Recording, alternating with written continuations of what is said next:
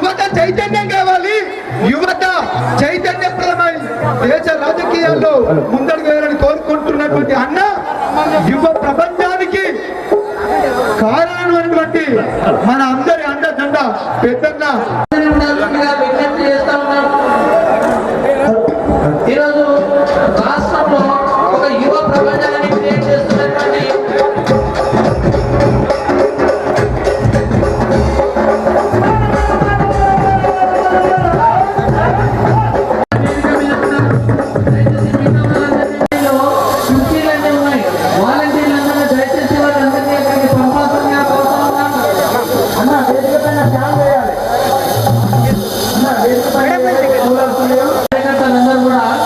తప్పకుండా కనుక వారి వీడియో కవరేజ్ ఉంటుంది.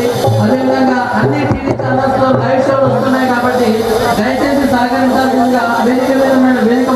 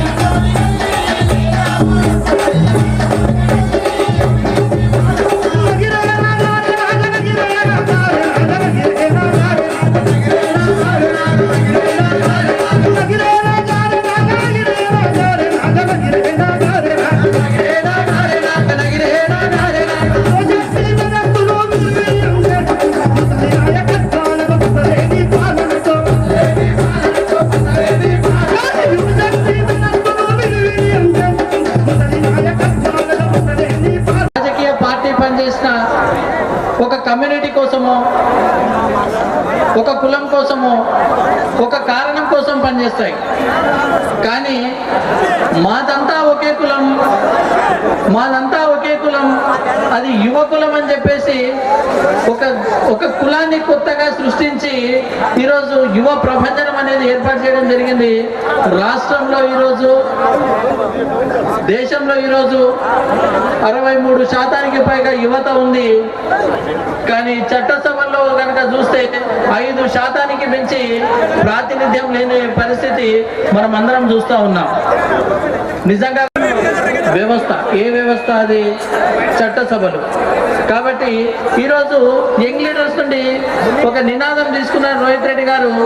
చట్టసభల్లో 50% యువకులకు సీట్లు ఉండాల్సిందే, రిజర్వేషన్ ఉండాల్సిందే అనే ఉద్దేశంతో ఆయన ఏదైతే నినాదాన్ని తీసుకున్నాడో ఈరోజు దేశంలో ఉన్నటువంటి అన్ని రాజకీయ పక్షాలు, ప్రధాన రాజకీయ పక్షాలన్నింటిలో కూడా ఒక చర్చ ప్రారంభమైంది. వాళ్ళందరికీ కూడా మన వాణిని, మన మాటను బలంగా వినిపించాలనే ఉద్దేశంతో ఈరోజు వికారాబాద్ జిల్లా కేంద్రంలో మనము ఈ యువ ప్రపంచనం కార్యక్రమాన్ని ఏర్పాటు చేసుకుంటున్నాం. అయితే కొద్దిమంది గెస్ట్ల పేర్లు స్పీడ్గా చదువుతాను. కార్యక్రమం ఇప్పటికే లేట్ అయింది. కారణం ఒకటి ఏంటంటే ఈరోజు వర్షం పడుతుంది అనుకున్నారు, కానీ ప్రకృతి చాలా సహకరించింది. మంచి పనికి దేవుడు ఎప్పుడు సహకరిస్తాడు. అయితే ఈరోజు ఈ కార్యక్రమానికి United nation world humanity commission కి సంబంధించినటువంటి ఇండియన్ అంబాసిడర్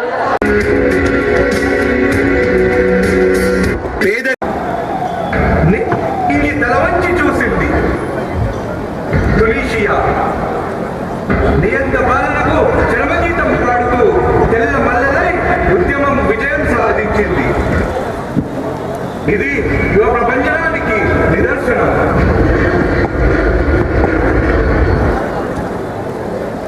తెల్ల మల్లల ఉద్యమం యువతులంతా ఏకమై గలమెత్తి గర్జించి చేసిన పోరాటానికి నింగి తలవంచి చూసింది తునీషియా. నియంత పాలనకు చరమగీతం పాడుతూ తెల్ల మల్లలై ఉద్యమం విజయం సాధించింది. ఇది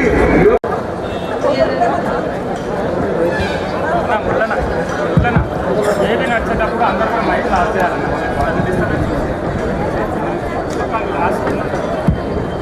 గ్యాలరీలో ఉన్న వాళ్ళు దయచేసి రైట్ సైడ్ కూర్చోవాల్సిందే కోరుతా ఉన్నాం.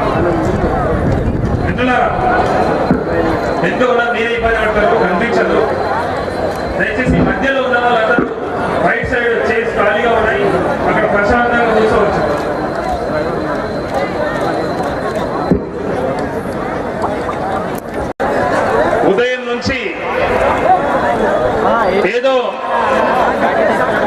జరుగుతా ఉంది వికారాబాద్ లో. యంగ్ లీడర్స్ అంటే ఏంటి? ఉపాయాలని నిజమైన అవసరం ఉన్న సమాజానికి పంపించే శాసనకర్తలుగా మనం ఎందుకు ఉండకూడదు? ఒక్కసారి మెదడు పెట్టి ఆలోచించాలి. నెక్స్ట్ వచ్చేసి శ్రీశైల్ రెడ్డి గారు, తెలంగాణ జన సమితి వికారాబాద్ ఇన్ఛార్జ్, తనని మాట్లాడాల్సిందిగా.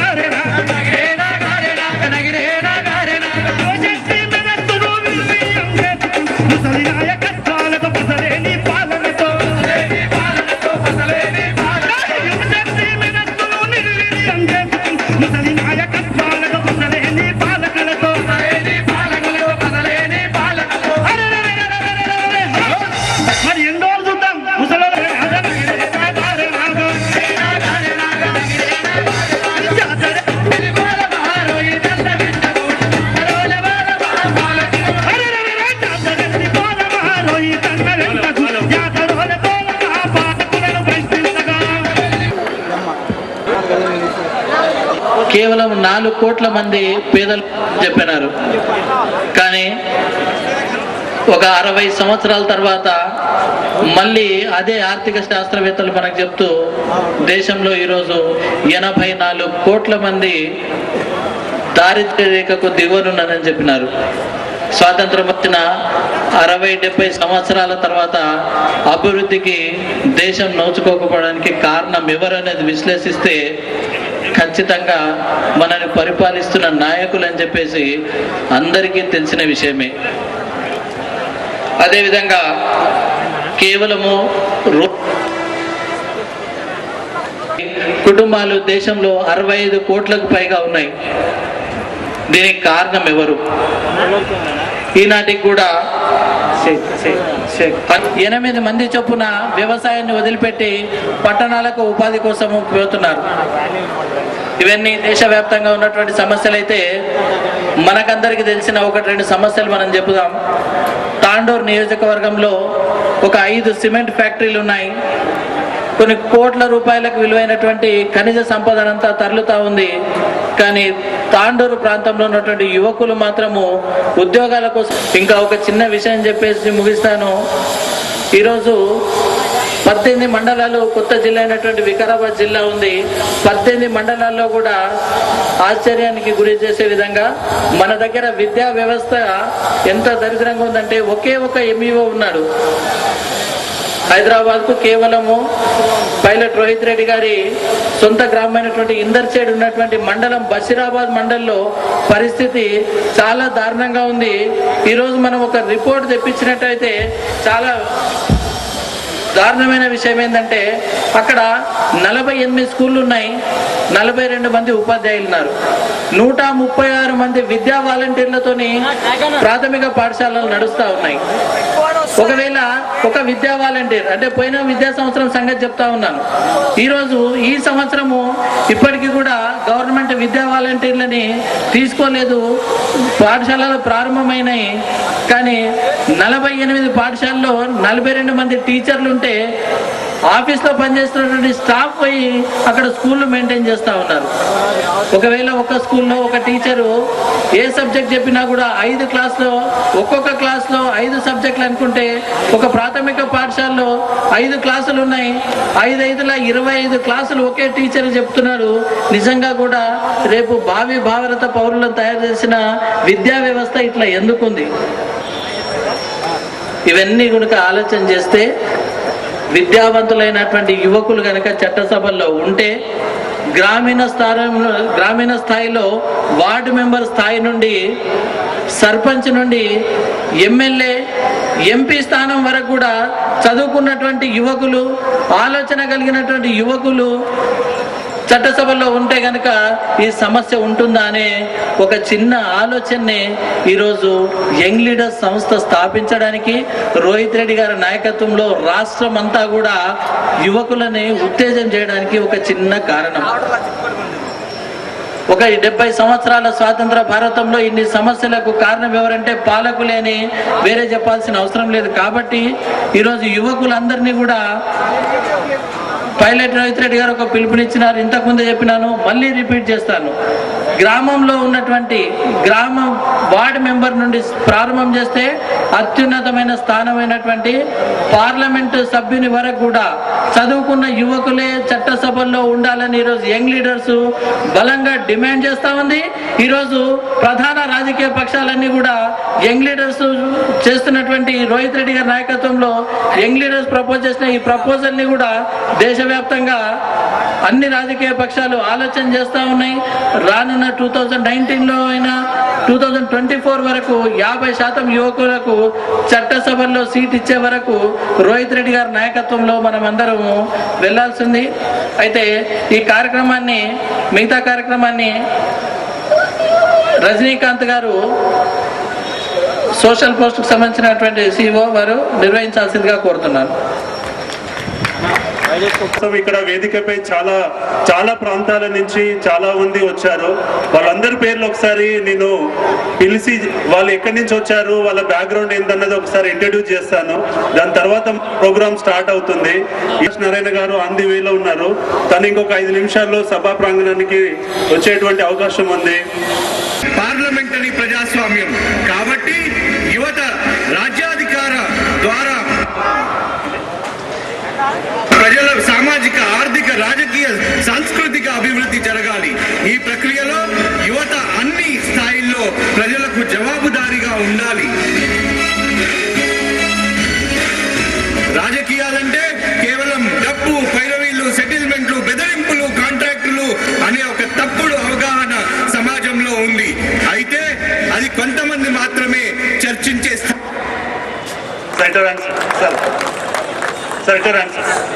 అన్న కెమెరా కొంచెం డౌన్ గా అన్న క్లోజ్ వెళ్ళాలా నువ్వు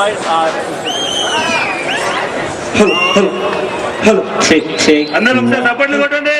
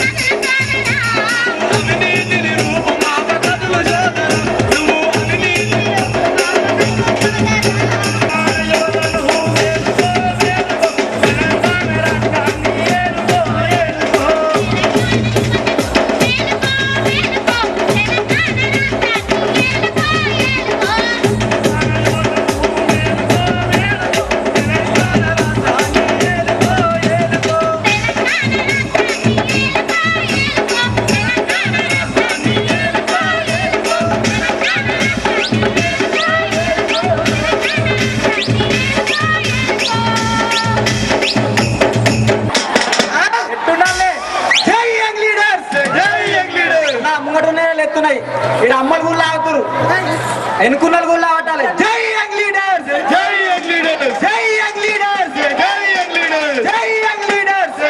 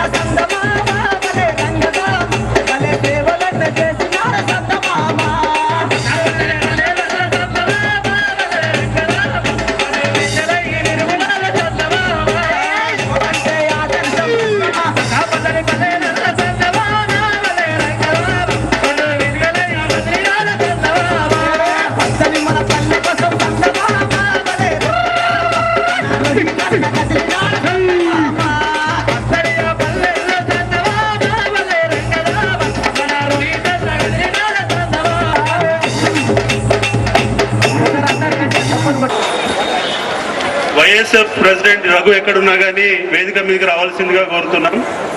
వైఎస్ఎఫ్ రఘు, సౌజన్య, వైడబ్ల్యూఎఫ్ ఆపరేట్ చేయాలి. వాలంటీర్స్ మీరు ఎక్కడున్నా కానీ అందరికి వాటర్ సప్లై చేయాలి. మీరు ఖాళీ, మీరు ఎక్కడున్నా కానీ ఫస్ట్ వాటర్ ఇవ్వండి అందరికి.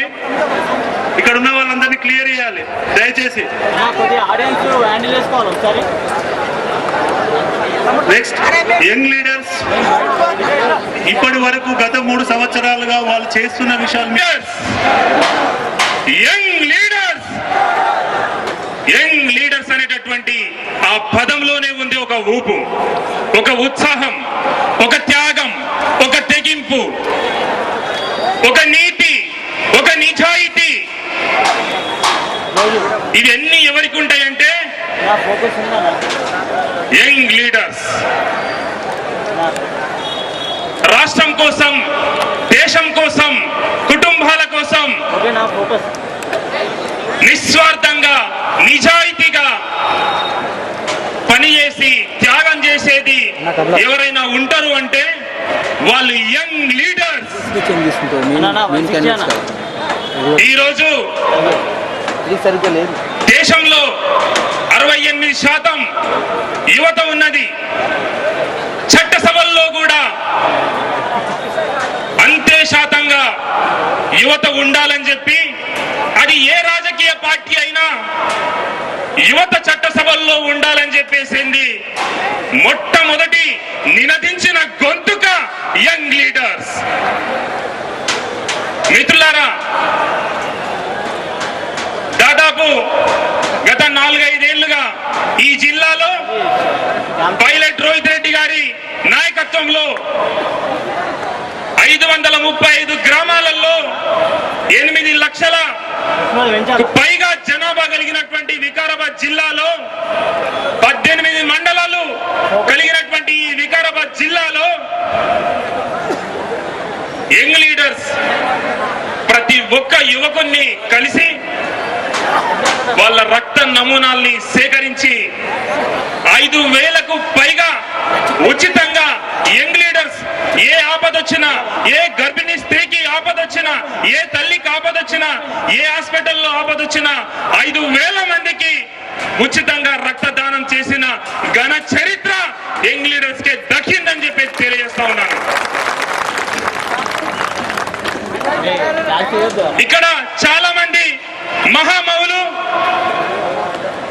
చాలా మంది పెద్దలు, అనుభవజ్ఞులు తమ జీవిత ప్రయాణంలో అనేక ఒడిదొడుకులు చూసినటువంటి వాళ్ళు చాలా మంది పెద్దలు ఈ రోజు ఈ వేదికను పంచుకోవడం జరిగింది. ఇక్కడ ఈ వేదిక మీద ఉన్న వాళ్ళంతా తమ కుటుంబాల కోసమే కాకుండా ఈ సమాజంలో మా వంతుగా ఏదో చేయాలనేటటువంటి తపన ఉన్న వాళ్ళే ఈరోజు ఇక్కడికి రావడం జరిగింది. దేశవ్యాప్తంగా ఈరోజు అనేక రాష్ట్రాల నుంచి ఇక్కడ వికారాబాద్ జిల్లాలో ఏదో జరుగుతా ఉంది. యువ రక్తం అంతా ఒక దగ్గర పోగయింది. యువనెత్తురు సత్తువ సాజుటటువంటి ఒక సభ జరుగుతా ఉంది. చూద్దామని చెప్పేసి, పాల్గొందామని చెప్పేసి ఇక్కడి చాలా మంది పెద్దలు వచ్చినారు. రాజకీయ ప్రక్షాళన జరగాలి, యువకులు రాజకీయాల్లోకి రావాలి అని చెప్పేసి యంగ్ లీడర్స్ గోడల మీదనే రాతలు రాసినాం. మిత్రులారా, స్వతంత్ర పోరాటం నుంచి తెలంగాణ పోరాటం దాకా త్యాగాలు ఎవరన్నా చేసింది అంటే అచ్చంగా యువకులే. ఆత్మ బలిదానాలు నిజంగా త్యాగం చేయాల్సి వస్తే, బరి తెగించి కొట్లాడాల్సి వస్తే బరిగీసి కొట్లాడేది యువకులే. అలాంటి యువకులు ఒక గ్రామం కోసం పనిచేస్తే, అలాంటి యువకులు ఒక కుటుంబం కోసం పనిచేస్తే, అలాంటి యువకులు ఈ దేశం కోసం పనిచేస్తే ఖచ్చితంగా ఈ దేశాన్ని, అభివృద్ధిని ప్రపంచ దేశాలు కూడా తట్టుకోలేవు. ఈ ప్రజాప్రతినిధులకు హక్కులను కాపాడాలని చెప్పేసి యంగ్ లీడర్స్ ఈ రాష్ట్రంలో నినదించింది. వరంగల్లో, గద్వాల్లో, అదే విధంగా మహబూబ్ నగర్ లో, ఆదిలాబాద్ లో, భువనగిరిలో సభలు సమావేశాలు పెట్టింది. ఈ రాష్ట్ర ప్రభుత్వం వాటిని, ఆ సమస్యలు పరిష్కరించాలని చెప్పేసి యంగ్ లీడర్స్ అడిగింది. అయితే మిత్రులారా, చాలా విషయాలపైన యంగ్ లీడర్స్ అంటే ఏదో తాండూరుకే, ఈ వికారాబాద్ జిల్లాకే పరిమితమైంది అంటని చెప్పేసి చాలా మందికి, కొంతమంది రాజకీయ నాయకుల హవాయాలన ఉంది. ఈ సందర్భంగా ఒకటి చెప్తా ఉన్నాం. నిజాయితీగా, నీతిగా, నిస్వార్థంగా ఈ దేశం పల్లెలతో పాటు ఈ దేశం ప్రపంచ చిత్రపటంలో అభివృద్ధి పథంలో ఉండాలని చెప్పేసి కోరుకుంటున్నటువంటి సంఘాలలో, మనుషులలో, పార్టీలలో యంగ్ లీడర్స్ కూడా అగ్రస్థానంలో ఉంది అని చెప్పేసి ఈ సందర్భంగా చెప్తా ఉన్నాం. అందుకే ఇలా చాలా కార్యక్రమాలు చేస్తూ ఈ జిల్లాలో యువకులందరినీ ఏకత కోసం త్యాగం చేసి ఈ వేదిక మీద ఉన్న వాళ్ళందరూ కూడా మన ఒక్క పిలుపుతోనే ఇక్కడికి వచ్చిండ్రు. మీ అందరూ కూడా చప్పట్లు కొట్టి వాళ్ళని ఆహ్వానించాలని చెప్పేసి తెలియజేసుకుంటున్నాను. మీ అందరికీ తెలుసు, 2012-13 ప్రాంతంలో ఢిల్లీలో నిర్భయ ఉద్యమం జరిగింది. అంటే మన సొంత సోదరి మీద జరిగిన అత్యాచారానికి వ్యతిరేకంగా, ఈ దేశంలో జరుగుతున్న అత్యాచారాలన్నింటికీ వ్యతిరేకంగా, ఆడవాళ్ళ మీద జరుగుతున్న పైశాచిక దాడులకు వ్యతిరేకంగా జరిగిన ఉద్యమాన్ని నడిపించినటువంటి లెనిన్ కుమార్ గారు కూడా ఇక్కడనే ఉన్నారు. అట్లానే నేషనలిస్ట్ కాంగ్రెస్ పార్టీ, రాష్ట్రవాది కాంగ్రెస్ పార్టీ అంటారు, ఆ పార్టీ నుంచి ఒక యంగ్ పొలిటీషియన్ మేఘా గారు కూడా ఇక్కడనే ఉన్నారు. మన జిల్లాకు చెందినటువంటి చాలా మంది యువకులు ఇక్కడనే ఉన్నారు.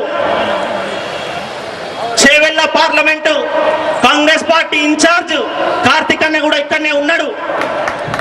మీ అందరికీ తెలుసు, మిగతా చాలా మంది జేపీ గారు కూడా ఇక్కడనే ఉన్నారు. వాళ్ళందరూ కూడా తమ సొంత జీవితాలను, తమ కుటుంబాలను, తమ సొంత పిల్లల జీవితాలను కూడా త్యాగం చేసి ఈ సమాజం కోసం, ఈ రాజకీయ ప్రక్షాళన కోసం, రోజాకి ఇఫ్తార్ సమయం దాటిపోతుంది అయినా కూడా వాళ్ళు నిర్ణయించుకొని ఇక్కడికి రావడం జరిగింది. అదంతా కూడా యంగ్ లీడర్స్ మీద వాళ్ళకున్న ప్రేమ. యంగ్ లీడర్స్ చేస్తున్న పని ఈ దేశంలోనే ఎవరు చేయడం లేదు మిత్రులారా, మీరు గమనించాలి. ఎవరైనా ఒక యువకుడు ఉద్యమకారుడు అయితే, చట్టసభలంటే గ్రామాల్లో ఉన్న గ్రామ పంచాయతీ నుంచి పార్లమెంటు దాకా సర్పంచులు కావాలి, ఎంపీటీసీలు కావాలి, జెడ్పీటీసీలు కావాలి, ఎమ్మెల్యేలు, ఎంపీలు కావాలి. ఈ దేశాన్ని యువత ఏలాలి. అప్పుడు గాని మన స్వాతంత్రానికి ఒక అర్థం ఉండదు. మీరందరూ కూడా గమనించాలి, మనం స్మరించుకోవాలి. భారతదేశ స్వాతంత్రోద్యమంలో ప్రాణాలు వదిన స్వతంత్ర సమర యోధులు, అమరవీరులందరూ కూడా కేవలం సమాజం కోసం నీతి నిజాయితీతో ఎవరైతే పని చేస్తారో తమ సొంత నేను చాలా రోజుల నుంచి మీ గ్రామాలన్నీ కూడా తిరుగుతున్నా, అప్పుడు కూడా ఒకటే మాట చెప్పిన, యంగ్ లీడర్స్ గా మీరు ఏ రాజకీయ పార్టీ నుండైనా మీరు పోటీ చేయండి, మా మద్దతు మీకు ఇస్తాం. మీరు సర్పంచులు కావాలి, మీరు ఎంపీటీసీలు కావాలి, మీరు జెడ్పీటీసీలు కావాలి, మీరు కౌన్సిలర్లు కావాలి. యంగ్ లీడర్స్ ఉద్దేశం అదే. మీరు గెలిచిన తర్వాత మీ వాడలకు మీరే మేనిఫెస్టోలు తయారు చేయండి. మీ గ్రామంలో ఉన్న సమస్యలు ఏంటో మీకు తెలుసు, మాకు తెలియదు. ఒక సింగరేణి కార్మికుల సమస్య మనం మాట్లాడలేం, ఒక మహిళా సమస్య మనం మాట్లాడలేం. ఎందుకంటే ఆ సమస్యలు వాళ్ళు జీవిస్తారు కాబట్టి మనం మాట్లాడే అట్లాంటి సమస్యలన్నీ కూడా మీకే తెలుసు. ఆ సమస్యలకి పరిష్కారాలు కూడా మీరే కనిపెట్టాలి. ఆ పరిష్కారాలని మీరు మేనిఫెస్టోలు తయారు చేయండి. ఆ మేనిఫెస్టోని ప్రతి ఒక్క రాజకీయ పార్టీకి ఇద్దాం. ఎవరైతే మా ఊరికి ఉన్న మేనిఫెస్టోని అమలు చేస్తారో మేము వాళ్ళకే మద్దతు తెలుపుతాం. ఎవరైతే మా ఊరు కమిటీ చెప్పిన, మా ఊర్లో ఉన్న యంగ్ లీడర్స్ చెప్పిన సమస్యలను పరిష్కరిస్తారో మేము వాళ్ళకే మద్దతు ఇస్తాం. మీరు యంగ్ లీడర్స్ గా ఉండాల్సిన అవసరం లేదు, మీరు మా కార్యకర్తగా ఉండాల్సిన అవసరం లేదు. యంగ్ లీడర్స్ కి 18 మండలాలకి 18 మంది ఫుల్ టైం కోఆర్డినేటర్స్ ఉన్నారు, మీ అందరికీ తెలుసు. రేపు రానున్న 500 గ్రామాలలో కూడా 500 మంది కార్యకర్తలను తయారు చేస్తాం. వాళ్ళు పార్టీలకు అతీతంగా, కొట్లాటలకు అతీతంగా, కులాలకి మతాలకి అతీతంగా రోజు మీ ఇంటి ముంగట ఉంటారు, మీ సమస్యలను పరిష్కరిస్తారు. మిత్రులారా, చివరిగా ఒక్క మాట చెప్తున్నా, రోహిత్ అన్న నాయకత్వంలో తప్పకుండా రానున్న ఎన్నికలలో యంగ్ లీడర్స్ పోటీ చేస్తారు. రాజకీయ పార్టీలకు అతీతంగా వాళ్ళు ఏ పార్టీలైనా ఉండని. మల్లేష్ అన్న యంగ్ లీడర్స్ తో ఉన్నాడు, పేట నుంచి బీజేపీ అభ్యర్థి, కాంగ్రెస్ నుంచి ఉన్నారు, చాలా దగ్గర నుంచి అభ్యర్థులు, టిఆర్ఎస్, టీజేఎస్, కమ్యూనిస్టులు ఉన్నారు, వాళ్ళంతా కూడా యంగ్ లీడర్స్. మేము నమ్మేది ఒకటే, కొట్లాటలు వద్దు, సమస్యలు పరిష్కరిద్దాం, హక్కుల్ని సాధించుకుందాం. జై యంగ్ లీడర్స్. ఇక్కడున్న అందరిలో బహుశా ముసలివాడిని నేను ఒక్కడే. నాకు 60 దాటింది. మరి నువ్వెందుకు వచ్చావని మీరు అడగచ్చు. 22 ఏళ్ల క్రితం నేను ఒక నినాదాన్ని ఇచ్చాను, యువత మేలుకో దేశాన్ని ఏలుకో అని చెప్పాను. యువత మేలుకో. ఈవేళ నాకు ఆనందంగా ఉంది. సోదరుడు రోహిత్ ని, ఆయన బృందంలో ఉన్నటువంటి విజయ్, మురళీకృష్ణ, విక్రమ్, ఇతర మిత్రుల్ని మనసారా అభినందిస్తున్నా. ఈవేళ రోజుల్లో కులం, మతం, పార్టీ వీటికి అతీతంగా అందరినీ కలిపి యువతను కూర్చోపెట్టడం ఎంత ఆహ్లాదకరంగా, ఎంత శాంతియుతంగా సమావేశం జరపడం ఆషామాషి కాదు. మీరు ఒక్క ఈ సభ నిర్వహణలోనే ఎంతటి శక్తి సామర్థ్యాలు, ఎంతటి ఆర్గనైజేషనల్ కెపాసిటీ, ఎంత చిత్తశుద్ధితో రుజువు చేశారు. మీరు మనసారా మిమ్మల్ని అందరూ అభినందిస్తున్నాను. అందుకోసం చెప్పాను. ఇక్కడ రాగానే రోహిత్ నాకు చెప్పారు, సార్ నిన్న సాయంత్రం దాకా ఈ సభ ఉంటుందో అనుమానం వచ్చింది అని. ఎందుకు తమ్ముడు అని అడిగాను. ఈ యంగ్ లీడర్స్ ఈ అసోసియేషన్ ఏర్పాటు చేశాం. ఆర్టికల్ 19 కింద, ఆర్టికల్ 19(1)(c) కింద ఎవరైనా సరే పౌరులు ఒక సంస్థని కలిసి ఏర్పాటు చేసుకునే హక్కున్నది. ఇది ఎవడో ఆకర్షణీయంగా ఇచ్చింది కాదు, ఓ ప్రధానమంత్రి, ముఖ్యమంత్రి, కలెక్టర్ ఇచ్చింది కాదు. మనందరికీ ఉన్న ప్రాథమిక హక్కు. దాన్ని ఆడవాడు చవట రద్దు చేశాడు.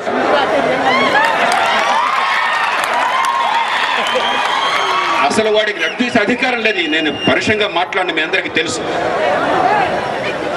ప్రాథమిక హక్కుగా ఉన్నటువంటి ఈ సంఘాన్ని రిజిస్టర్ చేయడానికి అధికారం లేదు. 2 సందర్భాలు ఉన్నాయి ఈ సంఘాలు నియంత్రించడం కోసం. ఒకటి, దేశ సమగ్రతకి భంగం కలిగిస్తే. ఇక్కడ ఎవరు మాట్లాడినా కూడా దేశం దేశం అంటున్నారు కానీ దేశానికి వ్యతిరేకంగా మాట్లాడట్లేదే. 2, శాంతి భద్రతకు విఘాతం కలిగిస్తే. ఈ 2 కారణాలుగా తప్ప అసలు ఈ సంస్థలు నియంత్రించే అధికారం అడిగి లేదు. నేను జీవితం అంతా దానికోసం పోరాడు. ఈవేళ సొసైటీస్ యాక్ట్ ఆనాడు ఉన్నటువంటి ఆంధ్ర తెలంగాణ ప్రాంతాల్లో వేరు వేరు చట్టాలుంటే 2 కలిపి రావాలంటే అప్పుడు దానికోసం పోరాడి అసెంబ్లీతో కూడా కూర్చుని సాధించిన వాడిని. రెండోది సభకు అనుమతి ఇవ్వమన్నారట, ఏదో బాబుగాడు సొమ్ములాగా. మళ్ళీ ఆర్టికల్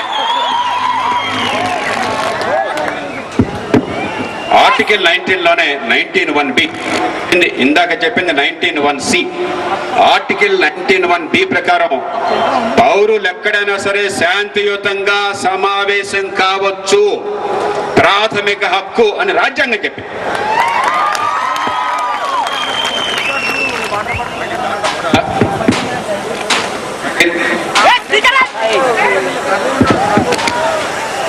మళ్ళీ దానిలో అంటే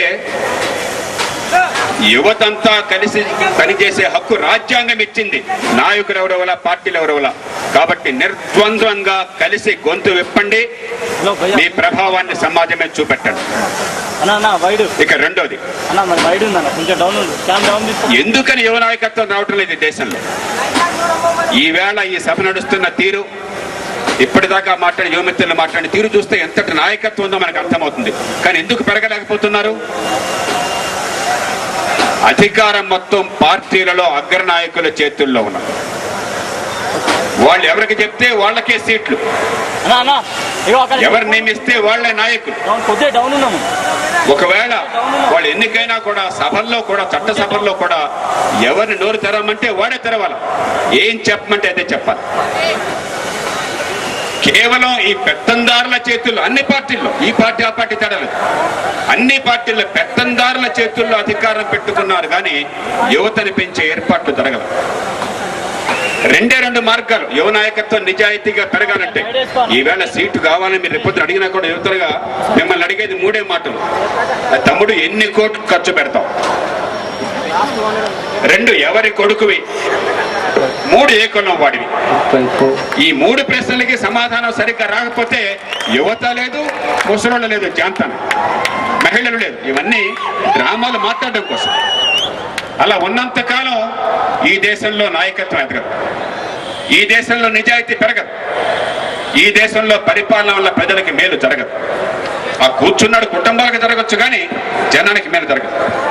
ఈ 3కి అత్యధికంగా నాయకత్వం రావాలంటే 2 మార్గాలు ప్రపంచమంతా అనుసరిస్తున్నారు. మొట్టమొదటిది, ఎవరికి సీటు కావాలి, వికారాబాద్లోనో, తాండూరులోనో, చేవెళ్లలోనో, మరో చోట ఎవరికి సీటు కావాలనేది పార్టీ నాయకులుగా నిర్ణయించాల్సిందే. పార్టీల సభ్యులు, జనము ప్రాథమిక ఎన్నికల ద్వారా నిర్ణయించాలి. మనం ఎవరిని అనుకుంటే వాళ్ళే, ఏ పార్టీ అయినా కావచ్చు. ఒక ఉదాహరణ ఇస్తాను. 2001లో మీలో కొంతమంది పుట్టుండకపోవచ్చు, పుట్టిన వాళ్ళు చిన్నపిల్లలుగా ఉంటారు. 2001లో నేను కెన్యాలో అక్కడ రాష్ట్రపతి ఎన్నిక, పార్లమెంట్ ఎన్నిక, స్థానిక ఎన్నికల మొత్తాన్ని పర్యవేక్షించడం కోసం వెళ్ళాను. కామన్వెల్త్ కోరిక మీద నేను వెళ్ళాను. ఒక ఆశ్చర్యం నాకు కనిపించింది. 27 ఏళ్ల పాటు ఆ దేశంలో ఒక నియంతగా ఉన్నాడు, పేరు మాకు అనవసరం, డేనియల్ అరప్ మోయ్ అని చెప్పి. ఆ నియంతృత్వం పోయి ఎన్నికలు జరుగుతున్నాయి మొట్టమొదటిసారిగా 27 ఏళ్ల తర్వాత. ఆ నియంత సొంత కొడుకు స్వయాన ఆ ఎన్నికల్లో పార్లమెంటు సీటు కోసం అని చెప్పని పోటీ చేశాడు. అక్కడ చట్టం ఏం చెప్పింది? నియంతృత్వం అప్పటిదాకా ఉన్న దేశంలో మనకు లేని చట్టం అక్కడ వచ్చింది. ఏమన్నారు? ఎవడు సీటు కావాలి, అక్కడ మా ఎంపీ అధికారం ఆ పార్టీ సభ్యులు అక్కడ నియోజకవర్గంలో అని చెప్పని చట్టం పెట్టారు. ఆ నియంత కొడుకు 27 ఏళ్ళు ఉన్నాడు, 20 ఏళ్ల పాటు తన సొంత తండ్రి రాజ్యం వెళ్తున్నాడు. ఆనాడు కూడా నియంతగా కొనసాగుతున్నాడు. ఆ నియంతగా ఉండగా ఎన్నికలు జరిగినాయి. ఆ నియంత కొడుకు స్వయాన ఆయన కొడుక్కి పార్లమెంటు సీటు దక్కల. ఎందుకంటే నియోజకవర్గంలో ఆ పార్టీ సభ్యులంతా కూడా అతనికి వ్యతిరేకంగా ఓటేసి ఇంకొకరిని పిలిపెట్టారు. మన ప్రజాస్వామ్యం ఉంటున్నాం, అన్ని పార్టీల వాళ్ళు ఉన్నారు ఇక్కడ. మీ పార్టీల్ని గట్టించండి. ఏం ప్రజాస్వామ్యం? ఈ ప్రజలు నిర్ణయించండి, ఈ ప్రజలకు అవకాశాన్ని ఇవ్వండి. ఎవరు కావాలని చెప్పలేదు. అంతా బాగా దొరుకుతుంది అంటల్లా, దానిలో పొరపాటు దొరికితే వెంటనే చెప్తారు. కార్తీక్ ఫిరోజా సార్ మీరు చెప్పినంత సరిగ్గా జరగదు, ఆ ఎలక్షన్ అంతా గందరగోళంగా ఉంటుంది, మెంబర్షిప్లే గందరగోళంగా ఉన్నాయి, దొంగ మెంబర్షిప్ ఇవన్నీ కరెక్టే. కానీ కాలక్రమేణా ఇది బాగుపడడం మార్గమా? అది జరగదు. కాబట్టి వీళ్ళ చేతుల్లోనే పెత్తనం ఉండడం మార్గమా? ఇంకా నాయకత్వం అట్లా పెరుగుతుంది. ఇవాళ ఏమవుతుంది? యువత అంటే పల్లకీలు మోసే పోయి వీళ్ళందరికీ కూడా యువత అంటే పల్లకీలు మోసే పోయిలు, కానీ యువత ఈ దేశంలో భవిష్యత్తు నిర్ణయించేటువంటి అధికారం కావాలి, వాళ్ళ కోరిక లేదు. పొరపాటు యువతకు ఎవరికైనా ఇస్తే పార్టీల నాయకుల కొడుకులకు తప్ప మిగతా వాళ్ళకి రాదు. దీనికి అతీతంగా జరగాలంటే వాళ్ళ తప్పట్లనే, వాళ్ళందరూ తప్పులు అంటున్నాను, కానీ నాయకత్వం పెరగాలి అని చెప్పన్నట్టయితే ప్రాథమిక ఎన్నికలు మీరు నిర్ణయించుకోవాలి. ఎక్కడికక్కడ పార్టీలో నాయకత్వం ఎవరిది, పార్టీ తరఫున సీట్ ఎవరికని చెప్పన్నది ప్రజల చేతుల్లో. ప్రపంచమంతా కూడా ఈ మార్గాలు ఉన్నాయి. అమెరికాలో బరాక్ ఒబామా, ఆయన ఎవరికి తెలియదు 10 ఏళ్ల క్రితం, 12 ఏళ్ల క్రితం, 15 ఏళ్ల క్రితం ఆయన ఎవరికి తెలియదు. మొట్టమొదటిసారిగా అమెరికాలో ప్రజలకు ఆయన గురించి తెలిసింది 2004లో. అప్పటిదాకా అలాంటి మనుషులను కూడా షికాగో బయట ఎవరికి తెలియదు. ఒక గొప్ప ఉపన్యాసం ఇచ్చాడు ఆయన పార్టీ కన్వెన్షన్లో. అంతే, 4 ఏళ్ళు ఆయన మొహం జనానికి తెలిసింది కాస్త కూస్తో. ఎలా రాష్ట్రపతి అయ్యాడు? పెద్దలు కూర్చొని నిర్ణయించారు, ఆయన్ని జనమంతా కూర్చొని నిర్ణయించారు. ప్రతి రాష్ట్రంలో కూడా ఎవరు కావాలేమో ఆ రాష్ట్రపతి అభ్యర్థిని ఆయన పార్టీ జనమంతా నిర్ణయించారు. మంచో చెడు, డొనాల్డ్ ట్రంప్ ఎవడో కూర్చొని నిర్ణయించరా, మంచో చెడు ప్రతి రాష్ట్రంలో ఆయన పార్టీ సభ్యులు నిర్ణయించారు. కెన్యాలో ఈయన నరప్మాయ్ కొడుకు ఉండాలా వద్దా నిర్ణయించింది నరప్మాయ్ కాదు. అలా అయితే ఆయన కొడుకే ఉండేవాడు, ఇంకెవరు రాజ్యంలో ఎవరు ఉండేవాడు కాదు, ఆ జనం నిర్ణయించారు. మరి ఎంత గొప్ప ప్రజాస్వామ్య దేశం మనకెందుకు జరగకూడదు? అది జరిగేదాకా యువతకు అవకాశాలు. రెండోది, ఇందాక సోదరులు చెప్తున్నారు పంచాయతీల్లో పోటీ చేయాలని వ్యర్థ చేతులు వచ్చారు. నేను చాలా సంతోషపడుతున్నాను. స్థానిక ప్రభుత్వాలకు అధికారం ఉండాలి. నేను స్థానిక సంస్థల పదాన్ని నేను ఒప్పుకోను. స్థానిక ప్రభుత్వాలకు అధికారం ఉండాలని జీవితం అంతా పోరాడుతున్నవాడిని. తమ్ముడు, పంచాయతీ ఎలక్షన్లో పోటీ చేస్తే చాలదు, సర్పంచ్లు అయితే చాలదు, అక్కడ ఏం లేవు. ఉత్సవ విగ్రహం మేయర్తో సహా, మున్సిపల్ చైర్మన్తో సహా, మండల్ చైర్మన్ కావచ్చు, మండల్ ప్రెసిడెంట్, జిల్లా పరిషత్ చైర్మన్ కావచ్చు, సర్పంచ్ కావచ్చు, ఏం లేవు అక్కడ. నిజమైన అధికారం కావాలి. అప్పుడు ప్రతి గ్రామంలో, ప్రతి మున్సిపాలిటీలో మీరంతా వస్తారు. ఎందుకంటే పెద్ద చోట ఒక్కసారి రావడం కష్టం కావచ్చు. పెద్ద ఖర్చు లేకుండా మీరు బాగా చేస్తున్నారని చెప్పంటే, ఎలాగైతే ఇప్పుడు మీలో కొందరు గుర్తింపు పొందారో నాయకులుగా, అక్కడ నిజంగా అధికారము బాధ్యత ఇస్తే, వనరులు ఇస్తే బాగా చేయడానికి మీరు ముందుకు వచ్చి దాన్ని బాగా చేసి ప్రజల్లో నాయకుల గుర్తింపు పొందుతారు. తెలుగు నేల మీద అతి గొప్ప ముఖ్యమంత్రి ఇప్పటిదాకా నా దృష్టిలో జరగ వెంకటరావు గారు. ఆయన కనీసం కాలేజ్ చదువులు కూడా చదువుకోలేదు. ఎలా వచ్చాడైనా? ఒక సర్పంచ్ నుంచి వచ్చాడు, ఓ గ్రామం నుంచి వచ్చాడు. ఆ గుర్తింపు అక్కడ బాగా పనిచేయబట్టి, జిల్లాలో జిల్లా పరిచయంగా పనిచేయబట్టి వచ్చింది. కానీ ఎవరో తీసుకొచ్చి పారాషూట్లో దెబ్బగా రాల. నాయకత్వం సహజంగా ఎదుగుతుంది. కాబట్టి స్థానిక ప్రభుత్వానికి నిజమైన అధికారం కావాలి. అధికారం లేదు. ఎందుకురా ఎన్నికల్లో పోటీ చేసావని కన్నీళ్లు గారుస్తున్నారు. చాలా మంది అడిగితే, ఎందుకు పోటీ చేసావు, లక్షలు ఖర్చు పెట్టావు, శక్తి లేకుండా అని చెప్పంటే, ఏం చేస్తాం సార్, రిజర్వేషన్ చెప్పిన సీట్ ఇచ్చారు, ఏదో గుర్తింపు అని ఖర్చు పెట్టాను, చివరికి పిల్లలు పోయారు, పిల్లలు కూడా భవిష్యత్తు గందరగోళంగా ఉంది, నేను చేయడానికి పని లేదని కన్నీళ్లు గారుస్తున్నారు. ఎంపీటీసీలు అడగండి, జెడ్పీటీసీలు అడగండి, మండల ప్రెసిడెంట్లు అడగండి, వనరులు వెళ్ళాలి. వివరాల్లోకి వెళ్ళే సమయం కాదు. కానీ 1,75,000 కోట్ల రూపాయలు తెలంగాణ రాష్ట్ర బడ్జెట్ ఉంటే సగం డబ్బులు పంచాయతీ మున్సిపాలిటీలకి తలసరి 10,000-15,000, 20,000 రూపాయలు చొప్పున వెళ్ళాలి. ఢిల్లీ నుంచి రాష్ట్రాలకి సగం డబ్బు వస్తుంది. ఢిల్లీ నుంచి రాష్ట్రాలకి మొత్తం బడ్జెట్ లో 21,60,000 కోట్ల రూపాయల బడ్జెట్ ఉంటే, ఈ సంవత్సరం 22,60,000 కోట్ల రూపాయల బడ్జెట్ ఉంటే, దానిలో 12,60,000 కోట్ల రూపాయలు రాష్ట్రాలకి వివిధ రూపాయల్లో వస్తుంది. మన హక్కు అది, వాడు బాబుగాడు సొత్తు కాదు. మరి రాష్ట్రాల నుంచి గ్రామాలకు వెళ్ళొద్దా, పట్టణాలకు వెళ్ళొద్దా? అప్పుడే నిజంగా స్థానిక ప్రభుత్వాలు బలపడతాయి. ఎన్నో కులాలకి, ఎన్నో వర్గాలకి, మహిళలకు అవకాశం కాగితం మీద ఇచ్చాం. ఆ అధికారం నిజంగా ప్రజలు సొంతమవుతుంది, యువ నాయకత్వం పెరుగుతుంది, గ్రామాలు పట్టణాలు బాగుపడతాయి. ఇక చివరి మాట, యువత రాజకీయంలోకి రావాలి, సొంతం చేసుకోవాలి, వేరే కారణంగా కాదు. ఈవేళ రాజకీయం నిర్ణయించేది నా వయసున్న వాళ్ళ భవిష్యత్తు కాదు. నా భవిష్యత్తు ఏ పార్టీ వచ్చినా, ఎలాంటి నాయకుడు వచ్చినా, వాడు ఏం చేసినా పెద్ద తేడా లేదు. ఇంకెంతకాలం బతుకుతాం? మరి ఎక్కువ కాలం బతికితే మీ అందరికీ న్యూసెన్స్. రాజకీయ నిర్ణయం చేసేది మీ అందరి భవిష్యత్తు. ఈ దేశంలో బతకపోయేది మీరంతా. ఒక్కొక్కళ్ళు ఒక్కొక్క 70-80 ఏళ్ళు బతకాలి మీరు కనీసం. మీ భవిష్యత్తు నిర్ణయమే. ఈ పన్నుల డబ్బుతో ఏమవుతుంది, ఈ చట్టాలతో ఏమవుతుంది, మన బతుకేమవుతుంది, మన ఆదాయాలు ఎట్లా పెరుగుతున్నాయి, మన పుట్టిన కులము పుట్టిన పరిస్థితి బతుకుని శాసిస్తున్నదా, లేకపోతే ఏ కులంలో ఏ కుటుంబంలో పుట్టినా కూడా తెలివితేటలుంటే ఎదిగే అవకాశం వస్తుందా, అది శాసించేది వాటి రాజకీయం. ఇవాళ ఈ దేశంలో 180 మందికి పుట్టిన కులము పుట్టిన కుటుంబం భవిష్యత్తును శాసిస్తున్నారు. తెలివితేటలున్నా చదువుకునే అవకాశం లేదు. తల్లిదండ్రులు శక్తికి మించి ఖర్చు పెట్టినా కూడా 180 మందికి 10వ తరగతి స్థాయిలో కనీసం చదవటం రాయటం రాని వాళ్ళు లక్షల మంది ఉన్నారు. తెలంగాణ ప్రభుత్వం ఏడాదికి ఒక్కొక్క బిడ్డ మీద స్కూళ్లలో 60,000 రూపాయలు ఖర్చు పెడతాం. ప్రైవేట్ స్కూళ్లలో 60,000 కంటే ఎక్కువ ఫీజు కట్టేవాళ్ళు 1,000 కూడా ఉండరు. 60,000 రూపాయలు ఖర్చు పెడుతోంది. ఆంధ్రప్రదేశ్ ప్రభుత్వం 70,000 ఖర్చు పెడుతోంది. కర్ణాటక అంతే, తమిళనాడు ఒక్క రాష్ట్రమనే కాదు. చదువు చూస్తే డొల్ల తెలివితేటలు లెక్క.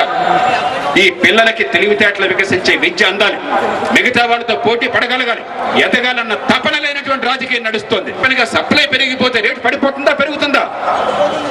పడిపోతుంది. అందుకే గత ఏడాది 14,000 ఉంటే ఏడాది 5,000. ఎక్కడికి వెళ్ళక్కర్లే, చర్యల వల్ల. మళ్ళీ రైతు పట్ల కన్నీళ్లు కారుస్తారు, హృదయం ద్రవిస్తుంది చెప్తారు, ఉపన్యాసాలు ఇస్తారు, రైతు కోసం బతుకుతున్నా ఉంటారు. కానీ రైతుకి రేటు వచ్చేందుకు ఏ విధానాలు కావాలో కళ్ళెదురుగా ఉన్నాయి. నేను చెప్పింది కఠోర వాస్తవం. మీరు చూడండి, ఏ గూగుల్ అయినా చూడండి, స్టడీ చేయండి. ఏ రంగంలో అయినా సరే వివరాల్లోకి వెళ్ళండి. ఊరికి చూచాయిగా మీకు చెప్తున్నా. ఈ పరిపాలన మన భవిష్యత్తును శాసిస్తోంది.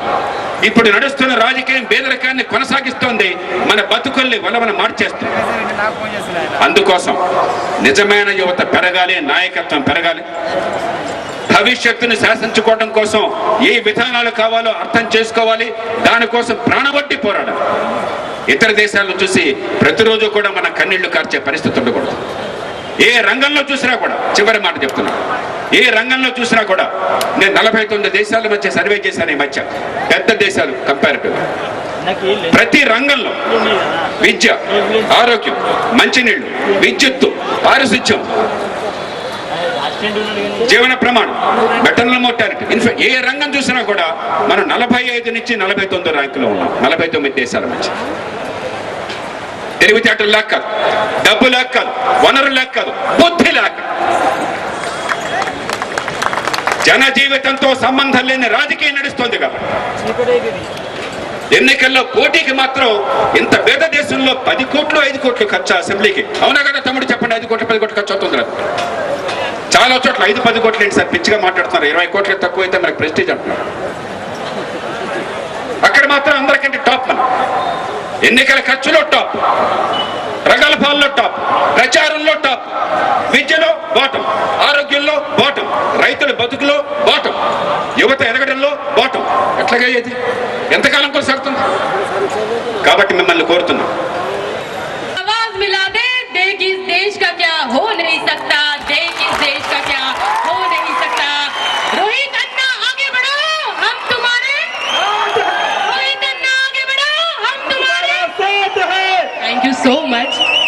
Dignitaries on the dais, off the dais, and my dear young friends, a warm and pleasant good morning to one and all. Myself, Megha Suresh Ramgunde, I born and brought up in Chandrapur district, the land of Chhatrapati Shivaji Maharaj, Maharashtra.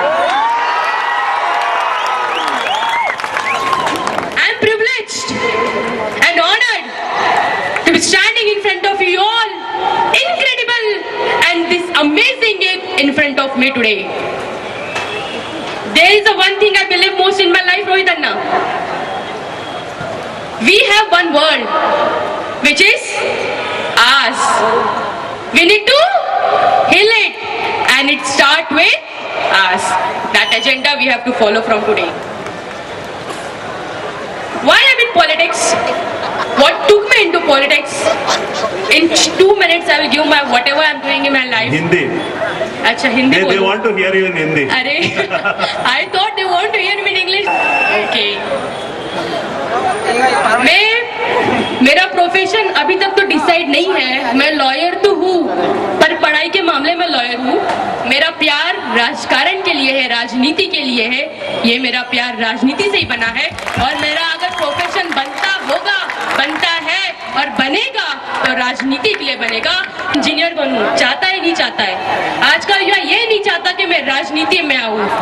आज ऐसे कितने लोग हैं जो राजनीति में आना चाहते हैं? ऐसे बहुत कम है कि सही में वो राजनीति में अपना करियर बनाना चाहते हैं। अगर इस मंच पर रोहित अन्ना बैठे हैं, मेघा रामगुंडे अगर आपको आके संबोधित करती है मेरे भाइयों और बहनों, तो इस जिले का हर एक युवा राजनीति में अपना करियर बना सकता है। क्या है राजनीति? लोगों को लगता है कि राजकारण ये भ्रष्टाचारी एक ऐसी पार्टी है कि अगर हम राजनीति में जाएं तो लोगों को हम भ्रष्ट करें। अगर मेरी जैसे युवा तुम्हारे सामने आके 4 शब्द अगर तुमको बताती है तो दोस्तों मेरे को बताओ, सही में आज का युवा भ्रष्टाचारी है क्या? अगर मैं राजकारण में आती हूँ, रोहित अन्ना जैसे लोग अगर राजनीति में आते हैं, तो दोस्तों आज यहाँ बेटा हर एक युवा राजनीति में आ सकता है। लोग बोलते राजनीति करना क्यों है? राजनीति करके किसको मिलेगा क्या? बट जो आज बड़े बड़े सपने हमको दिखाते हैं, जो हमको बोलते हैं कि हमको डेवलपिंग कंट्री बनाना है, जबकि हम युवाओं के पास ध्यान देते नहीं। अगर रोहित अन्ना जैसे, मेरे जैसे लोग अगर आप युवाओं पे ध्यान दें तो मुझे बताइए, ये अपना भारत डेवलप कंट्री बनेगा कि नहीं बनेगा? बनेगा। और लोग हमको सपने दिखाते हैं कि डेवलप कंट्री के लिए हमें बहुत कुछ करना है। अगर तुम जैसे लोग हमारे साथ में हैं तो डेवलप कंट्री क्या, हम पूरे भारत देश के बाहर तक भी हमारे जिले का नाम कर सकते हैं। दोस्तों ये हमें सोचना है कि आज का युवा कैसा रहना चाहिए, हमारा राजनीति क्षेत्र कैसा रहना चाहिए, हमारा पंचायत से लेके पार्लियामेंट तक हमारा जो भी राजकीय क्षेत्र है वो कैसा रहना चाहिए, ये आज हमको सोचने की गरज है। और ये आज हमको यही से सोचना है।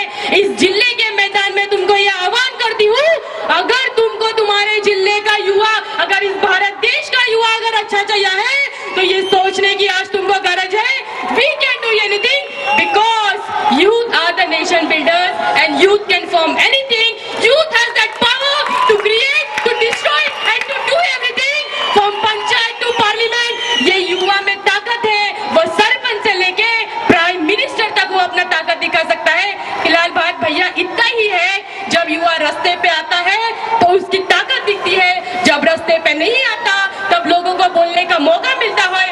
और जिस दिन हम रास्ते पे उतरेंगे तो हमारे सिवा और कोई नहीं होगा, बस यूथ लीडर और यूथ लीडर ही हमको दिखेगा। और आज से इस मैदान से हमको यही सपना लेके जाना है कि हमारा अगर कोई भी नेता बनता है तो हमारा युवा नेता बनना चाहिए, क्योंकि आगे हमारा भी भविष्य है, यहाँ बैठे सब युवाओं का भविष्य है। इसलिए हमको आज से यही विचार करना है कि हमारा जो भी कोई राजकीय नेता होगा, हमारा जो कोई सरकारी होगा, वो एक युवा होना चाहिए। बहुत बोलते हैं लोग बेटी बचाओ बेटी पढ़ाओ, रोहित अन्ना ने बहुत काम किया है महिलाओं के लिए, और तो भी भैया महिला बोलते हमको आरक्षण के बिना हम कुछ कर नहीं पाते। तुमको लगता है आरक्षण जरूरी है? जब झांसी की रानी तलवार लेके जब मैदान में उतरी थी तब उसको आरक्षण था क्या? तब नहीं था उसको आरक्षण। जब मैं यहाँ आके बोल सकती हूँ तब मेरे को आरक्षण था क्या? नहीं था आरक्षण। फिर आज के लोग आरक्षण के लिए क्यों रुकते हैं? यहाँ बैठे सभी महिलाओं को आह्वान करती हूँ, लोग हमको बोलते हैं हमको शिक्षा, नौकरी, राजनीति में आरक्षण चाहिए, पर रोहित अन्ना मैं ये बोलती हूँ और आपको भी यही काम करना है, अगर आपको आरक्षण देना है तो ना शिक्षा, ना नौकरी, तो ना राजनीति के संदर्भ में यदि महिलाओं को आरक्षण दो तो के गर्भ में, क्योंकि आज की नारी हक से जीने की कोशिश करती है, जी से जीने का मानती है। और मेरे जैसे युवा अगर तुम्हारे सामने आके बोलते हैं तो हर एक हमारे भारत देश के नारी का स्वप्न है, ये हमको आज से सोचना है और हमको इसी के लिए हम काम करना है। जब हम एक महिला के लिए काम करते हैं तो हमको यही सोच के काम करना है कि शक्ति को लेकर काम करना है, उसके विचार को काम करना है। जब एक महिला घर से आगे बढ़ती है तो पूरा घर चलता है। रोहित अन्ना आप यहाँ बैठिए करके आप यहाँ हो, जिस महिला का साथ अपने बेटे या पति को हो वो इंसान कभी पीछे नहीं हटता। हमको यही मैदान से ये लेके जाना है कि नारी का सम्मान ही होना चाहिए, नारी का अपमान कभी नहीं होना चाहिए।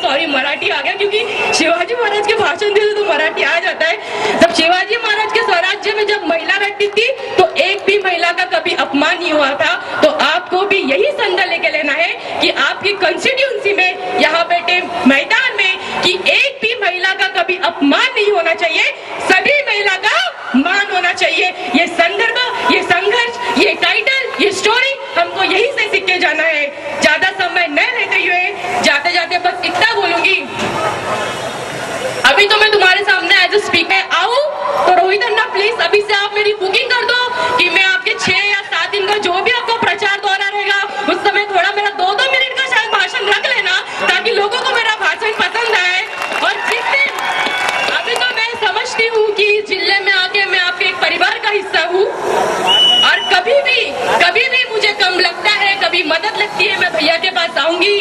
और जिस दिन भैया का टिकट फाइनल होगा, जिस दिन लोगों को लगेगा, उस दिन मैं आपके लिए दूसरे दिन यहाँ आके उतरूंगी, और आपकी जो भी कोशिशें, जैसे भैया बोलते हैं हर एक इंसान के सामने उसकी बीवी का हाथ होता है, तो भैया मैं आज यहाँ एक शपथ लेती हूँ, एक प्रॉमिस करती हूँ, अगर आप खड़े होते हैं, अगर आप अच्छा काम अपने सोसाइटी के लिए करते हैं, तो ये आपकी बहन आपके पीछे हमेशा खड़ी है। बस जाते जाते इतना बोलूंगी, सीढ़ियां उन्हें मुबारक को जिन्हें छत तक जाना है, सीढ़ियां उन्हें मुबारक को जिन्हें छत तक जाना है, हमारी मंजिल तो आसमां है, रास्ता तो हमें खुद बनाना है, हमारी मंजिल तो आसमां है, रास्ता हमें खुद बनाना है। जाते जाते बस इतना बोलूंगी, आज के कार्यक्रम के जो भी ऑर्गेनाइजर है, उसने मुझे यहाँ बुलाया, मैं आपका तहे दिल से शुक्रगुजार तो भैया मैं आपसे ज्यादा उन लोगों की हूँ कि इतने संख्या में ये लोग आज यहाँ पहुंचे और मेरा भाषण बहुत अच्छे से सुने। I am very thankful from bottom of my heart to everyone for calling me and listening me. Thank you so much. जय हिंद, जय महाराष्ट्र, धन्यवाद। मैं स्वयं एक युवा हूँ, 27 साल की उम्र में अन्ना जी की फोटो लगी है, थोड़ी देर पहले एक वीडियो चल रही थी अन्ना जी की।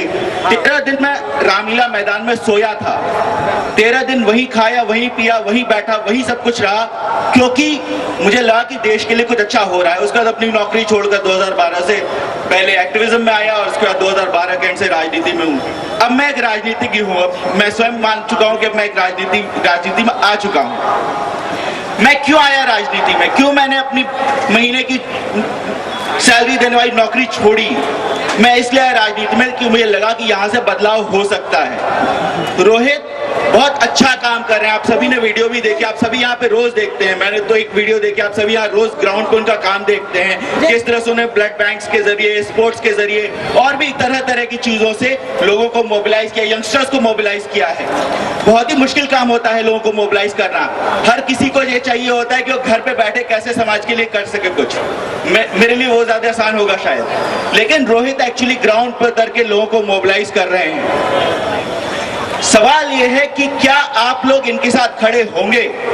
मैंने पूछा रोहित से कि आप ये काम क्यों कर रहे हो, तो रोहित ने बताया कि पिछले 20-30 सालों से यहाँ पे 2 परिवार है जिनमें कभी एक पार्टी की एमएलए बन जाता है, कभी दूसरी परिवार से एमएलए बन जाता है, कभी एक पार्टी से, कभी दूसरी पार्टी से, कभी एक परिवार से, कभी दूसरे परिवार से। उसको बदलना बहुत जरूरी है। हमने दिल्ली में करके दिखाया। दिल्ली में हमारी एक एमएलए है राखी बेल्डा नाम से, अभी डिप्टी स्पीकर है दिल्ली असेंबली की। 25 साल की उम्र में, 26 साल की उम्र में उसने उस एमएलए को हराया जो 30 साल से एमएलए था। जितनी उसकी उम्र नहीं है उससे ज्यादा व्यक्ति से एमएलए रहे व्यक्ति को हराया। राजकुमार चौहान नाम था उस व्यक्ति का जिसको उसने हराया। मुझे उम्मीद है कि रोहित और उसके जैसे अन्य युवा यहाँ पे वो कारनामा करके दिखा सकते हैं। आज की डेट में दिल्ली में हम लोग क्या कर रहे हैं? दिल्ली में हम बहुत छोटी सी चीजें कर रहे हैं। स्वास्थ्य और शिक्षा 2 चीजों पे ध्यान दे रहे हैं। हम कोशिश कर रहे हैं कि सरकारी स्कूल सुधरे, लोगों के स्वास्थ्य पे ध्यान दे सरकारी तंत्र के द्वारा। आपके यहाँ तेलंगाना के कई सारे मिनिस्टर्स आए दिल्ली में, मोहल्ला क्लिनिक देख के आए, फिर यहाँ पे बस्ती दवाखाना शुरू किया। क्या यहाँ के लोग नहीं सोच सकते थे? यहाँ के लोग, यहाँ के भी रोहित जैसे युवा हैं जो कि पहले सोच सकते थे कि भाई बस्ती दवाखाना शुरू करना चाहिए, लेकिन क्योंकि दिल्ली में यंगस्टर्स की सरकार थी, नए बच्चों की सरकार थी, नए लोगों की सरकार थी, वो लोग आए, देखा, वहां से सीख के आए। मुझे उम्मीद है कि अगर आप रोहित जैसे लोगों का साथ देंगे तो शायद से संभव होगा कि वो लोग खुद से उन आइडियाज को यहाँ दे जिनको की दुनिया सीखे जिनसे। सवाल ये है कि क्या आप लोग इनके साथ खड़े होंगे? इतनी बड़ी संख्या में आप लोग यहाँ खड़े हैं। अब आपको सड़क पे उतरना होगा, आपको रोहित के साथ हर जगह दिखना होगा। तो पुलिस को न देख, पुलिस का काम है। पुलिस हम लोग को दिल्ली में बहुत परेशान करती है, सायरन बजा बजा के। 20 MLA हमारे गिरफ्तार किए, फिर छोड़ भी दिए। 20 MLA के गिरफ्तार होने की खबर आती है, छूटने की खबर नहीं आती है, तो वो सब चलता रहता है। पर रोहित जिस तरह का काम यहाँ कर रहे हैं, निर्भया के बारे में एक छोटी सी वीडियो दिखाई गई थी आप अभी थोड़ी देर पहले। रेप होने बंद हो गए क्या निर्भया के बाद? रेप तो अभी भी हो रहे हैं।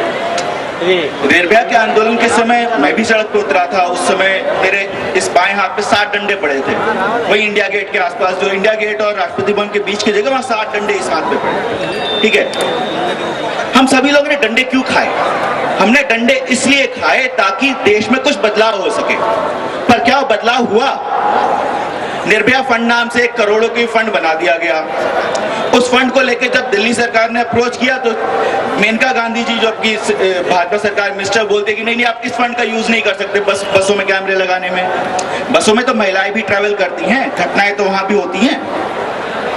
तो एक कुंठित मानसिकता है लोगों की, एक बहुत ही कुंठित सोच है। हमारे से सीनियर 2-3 जनरेशन सीनियर लोगों की सर्टेन मानसिकता है, जो कि 70 के दशक में, 80 के दशक में बनी थी।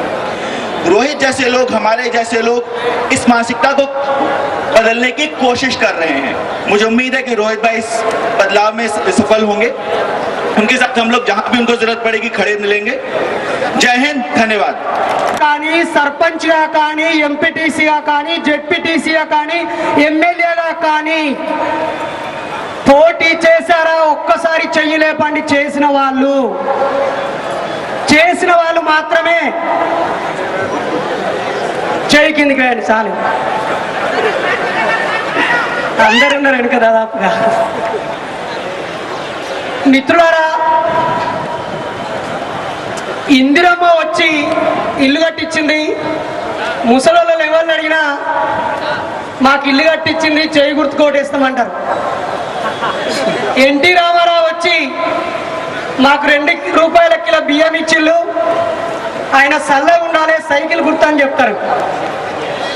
లేదా రాజశేఖర రెడ్డి వచ్చి పేదలందరికీ స్కాలర్షిప్లు ఇచ్చి అందరినీ చదువుకోమని చెప్పిండు, ఆయన వెనకాల ఉంటామని చెప్తారు. అలాగే పోయిన ఎన్నికల్లో అనేక పోరాటాలకి నాయకత్వం వహించింది.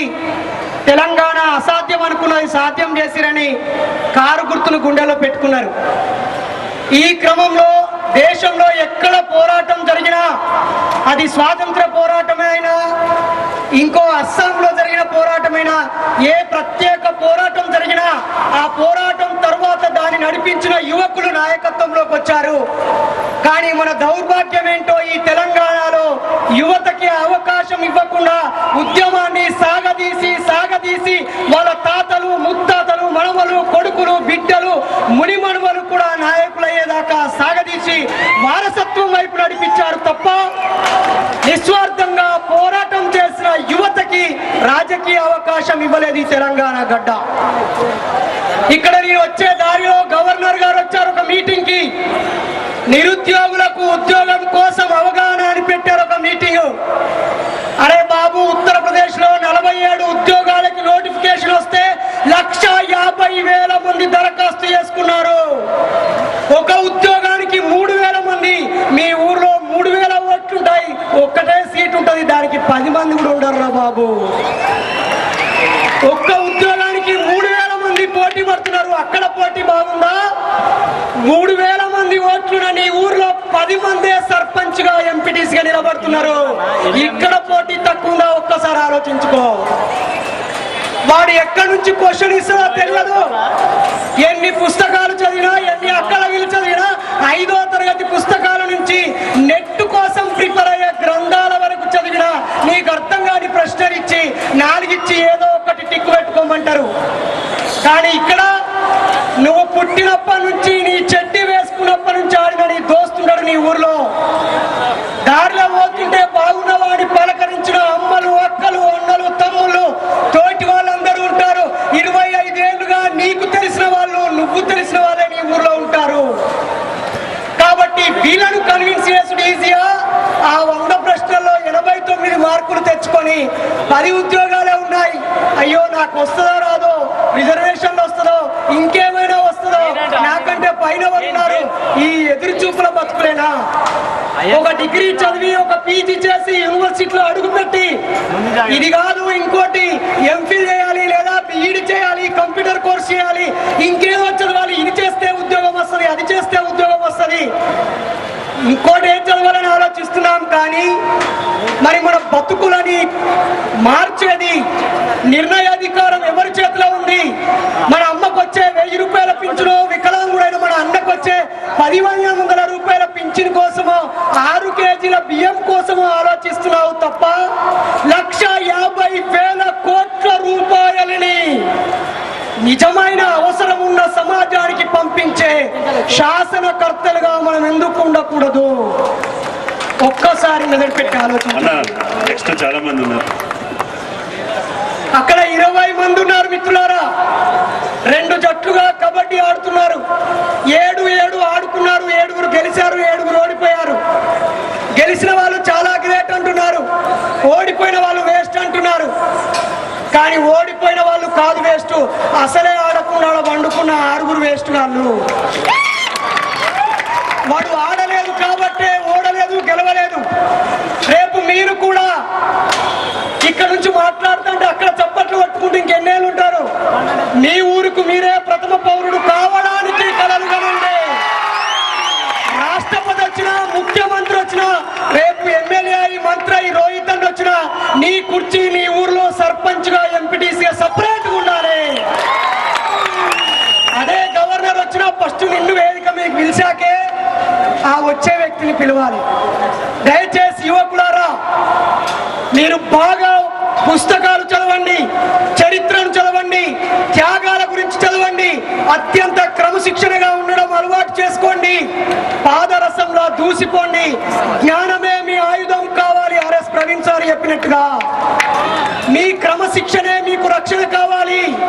మీరు క్రమశిక్షణగా ఉంటే మీ గోటికి చిన్న ఇబ్బంది కలిగిన రాజ్యాంగం రూపంలో బాబాసాహెబ్ అంబేద్కర్ మీకు అండగా ఉంటాడు. అప్పుడు తెలంగాణ ఉద్యమంలో రోహిత్ అన్న కాళ్ళకి చక్రాలు పెట్టుకొని ఊరంతా తిరుగుతూ ప్రతి కార్యక్రమంలో పాల్గొన్నప్పుడు అనుకున్నాం ఈ అన్న అసెంబ్లీకి వస్తాడు ఖచ్చితంగా అని. కానీ జరగాల్సిన కుట్రలు జరిగాయి, చేయాల్సిన మార్పులు చేశారు. అప్పుడు అనుకున్నా అన్న ఇప్పుడు ఏ టర్ను తీసుకుంటాడు, అటు పోతురా ఇటు పోతురా ఎటు పోతురా అని.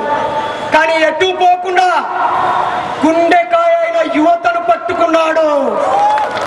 నేను ఎమ్మెల్యే అవుడు కాదు, నా యువకులు, నా మిత్రులు చైతన్యం ఉన్న ఈ వికారాబాద్ బిడ్డలు ఈ సల్పాజు బండల్లో, పాలరాతి బండల మధ్య కాంగ్రెస్ పార్టీ సభ అయితే కాంగ్రెస్ కార్యకర్తలు వస్తారు, జనసమితి సభ అయితే జనసమితి కార్యకర్తలు వస్తారు, బీజేపీ సభ అయితే బీజేపీ కార్యకర్తలు వస్తారు. కానీ ఈరోజు ఇది ఒక యువ ప్రభంజన సభ. పార్టీలకు అతీతంగా యువతను చైతన్యం చేయాలి, యువకులు రాజకీయాల్లోకి రావాలని కోరుతూ రోహిత్ రెడ్డి తీసుకున్న యంగ్ లీడర్స్ అనే ఒక ఉద్యమం ఈరోజు ప్రభంజనంగా మారి మీరందరూ కూడా వికారాబాద్ జిల్లా నుంచి తండోపతండాలుగా ఈరోజు తరలి వచ్చిండ్రు.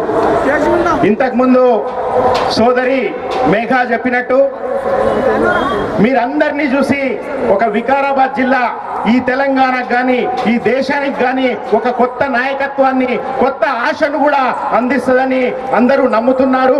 అదే మనకు ఈరోజు ఆమ్ ఆద్మీ పార్టీ నుంచి కావచ్చు, ఇందాక పెద్దలు జేపీ గారు కావచ్చు, మెగా గారు కావచ్చు, ఇంకా చాలా మంది ఉన్నారు. ఇదే ఆశని ఈరోజు మొత్తం రాష్ట్రం అంతా, దేశమంతటా కూడా ఈరోజు నింపుతున్న యువ కిషోరాలందరికీ విజ్ఞప్తి చేస్తా ఉన్నాం. ఈరోజు మీటింగ్ బ్రహ్మాండంగా అవుతా ఉంది. ఎన్ని అడ్డంకులు వచ్చినా కూడా ఈరోజు ఇక్కడ మీటింగ్ జరుపుకుంటా ఉన్నాం. మనం కొట్లాడి, మీరందరు యువకులు ఉన్నారు. ఈరోజు జిల్లాలో, తెలంగాణ రాష్ట్రంలో చాలా సమస్యలు ఉన్నాయి. మన జిల్లాకే వస్తే మీరందరు యువకులకు ఈరోజు మీ ఉద్యోగాలు ప్రమాదంలో పడ్డ పరిస్థితి వచ్చింది. మనం తీసుకుపోయి జోగులాంబ జోన్లో వేసిండ్రా లేదా? మీ అందరికి ఉద్యోగాలు వస్తాయా రావా? ఈరోజు చార్మినార్ జోన్ లో కలపాలని మనం కోరుకుంటా ఉన్నాం. ఎందుకంటే చార్మినార్ జోన్ లో 80,000 ఉద్యోగాలుంటే జోగులాంబలో 30,000 ఉద్యోగులు ఉన్నాయి. మీరందరూ తెలంగాణ ఉద్యమం చేసిరు.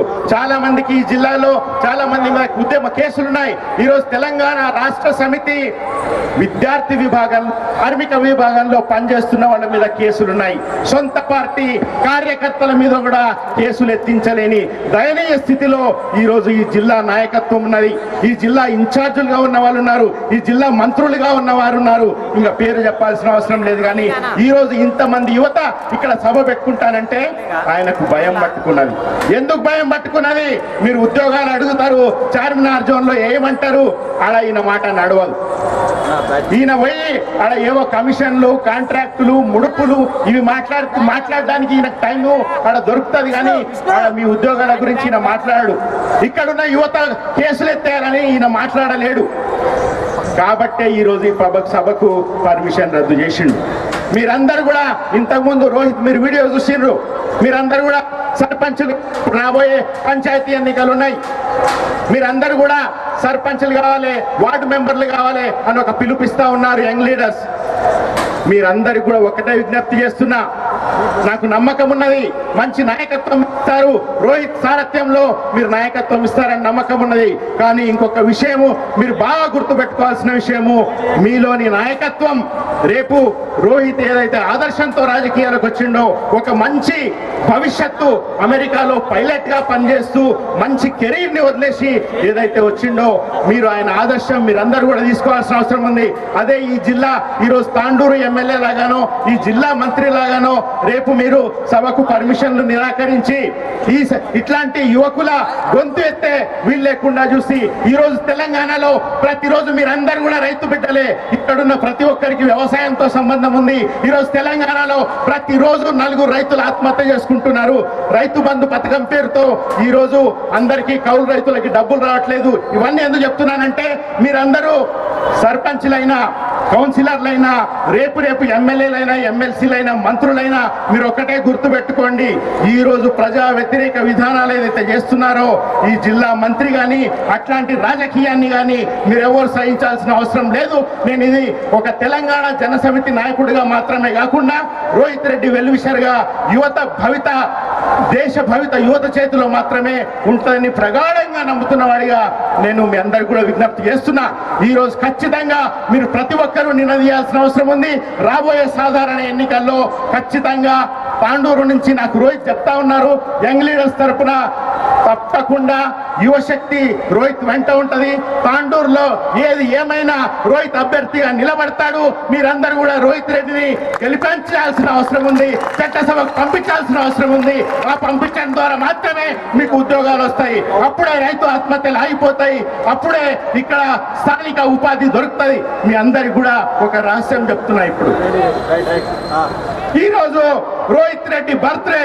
Happy birthday to Rohit, happy birthday to Rohit. ఇప్పుడు వాన పడుతుందనే కొంత ఇందాక రజని అన్నాడు, వాన పడుతుందేమని ఎవరు భయపడాల్సిన పని లేదు. మృగశిర కార్తె వచ్చింది. రేపు హైదరాబాద్ లో మృగశిర కార్తెకి చాప మంది ఇస్తారు, రేపు ఎల్లుండి. ఈ చాప మంది ఎందుకు ఇస్తారంటే ఉబ్బసము, అస్తమా అంటారు కదా, అవన్నీ పోవడానికి. మిత్రులారా, ఈరోజు తాండూరు నియోజకవర్గానికి ఒక అస్తమా, ఒక ఉబ్బస వ్యాధి పట్టుకుంది. ఈరోజు వికారాబాద్ జిల్లాకి ఒక అస్తమా, ఒక ఉబ్బసం వ్యాధి పట్టుకున్నది. మృగశిర కార్తె రోజు పుట్టిన రోహిత్ రెడ్డి ఈ ఉబ్బసానికి, ఈ అస్తమానికి ఒక రాజకీయ మందు వేయాలని నేను కోరుతూ, హ్యాపీ బర్త్డే రోహిత్. జై హింద్, జై తెలంగాణ, జై యంగ్ లీడర్స్. పని చేస్తుంది, తేడానే ఉన్నది మైక్ ఇది కూడా కేసీఆర్ లాగా. వికారాబాద్ పట్టణ కేంద్రంలో ఏర్పాటు చేసినటువంటి యంగ్ లీడర్ సభ, యువ ప్రపంచన సభకి ఇక్కడ వేదిక మీద ఉన్న మా తమ్ముళ్ళందరూ, మామూలుగా కాంగ్రెస్ పార్టీల అందరికన్నా చిన్నోని నేను ఉంటా వేదిక మీద. ఈయన అందరికన్నా చిన్నోళ్ళు లేని, నాకన్నా చిన్నోళ్ళు చాలా మంది ఉన్నారు ఇక్కడ వేదిక మీద ఉన్న తమ్ముళ్లకు, అన్నలకు, రోహిత్ తో చాలా సంవత్సరాలు పనిచేస్తున్న యంగ్ లీడర్ సంబంధించిన నాయకులకు, అతి ముఖ్యంగా కొత్త సంచలనాన్ని సృష్టించిన యూత్ ఆర్గనైజేషన్స్ లో గ్రామం నుంచి ఈ విధంగా కట్టుకుంటా రావచ్చని చూపించిన మా తమ్ముడు, మా సోదరుడు రోహిత్ రెడ్డి గారికి, అదే కాకుండా చాలా కష్టపడ్డారు, శత విధాలుగా ప్రయత్నం చేసిండ్రు, పర్మిషన్లు నిరాకరించిండ్రు, బెదిరించుకుండ్రు, బుజ్జగించుకున్నారు. అయినా కూడా వికారాబాద్ జిల్లా తాండూరు, వికారాబాదు, పరిగి, కొడంగల్, చేవెళ్ల ప్రాంతం నుంచి గ్రామాల నుంచి పెద్ద ఎత్తున వచ్చినటువంటి మా యువ సోదరులకు పేరు పేరున ప్రతి ఒక్కరికి ఉద్యమ నమస్కారాలు తెలియజేస్తూ, ఎవరైతే ఈ సభను ఆపాలని ప్రయత్నం చేసిండ్రో వాళ్ళని చూస్తుంటే జాలేస్తున్నారు. ఎవరన్నా సూర్యుని అరిచేతులతో ఆపాలంటే అవుతుంది, ఇది కూడా గట్లనే ఉంది.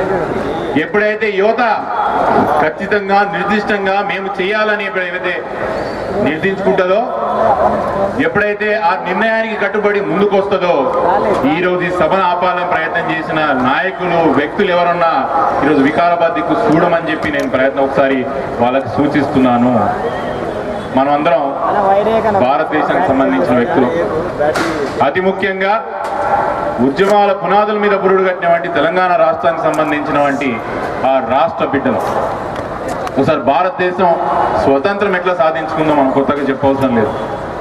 ఆ రోజు తెల్లదొరలకు ఎదురుగా, వాళ్ళు కొట్టిన తూటాలకు ఎదురుగా ముందు మా నుంచి నడుచుకుంటా పోండి అని చెప్పిన యువత వల్ల ఈరోజు భారతదేశానికి స్వతంత్రం వస్తే, గదే తెలంగాణ రాష్ట్రం 1969 నుంచి వేలాది మంది యువకులు తెలంగాణ రాష్ట్రం కోసం ఆహుతులైతే ఈరోజు తెలంగాణ రాష్ట్రం వచ్చింది. అటువంటి తెలంగాణ రాష్ట్రంలో మనం ఉన్నాం.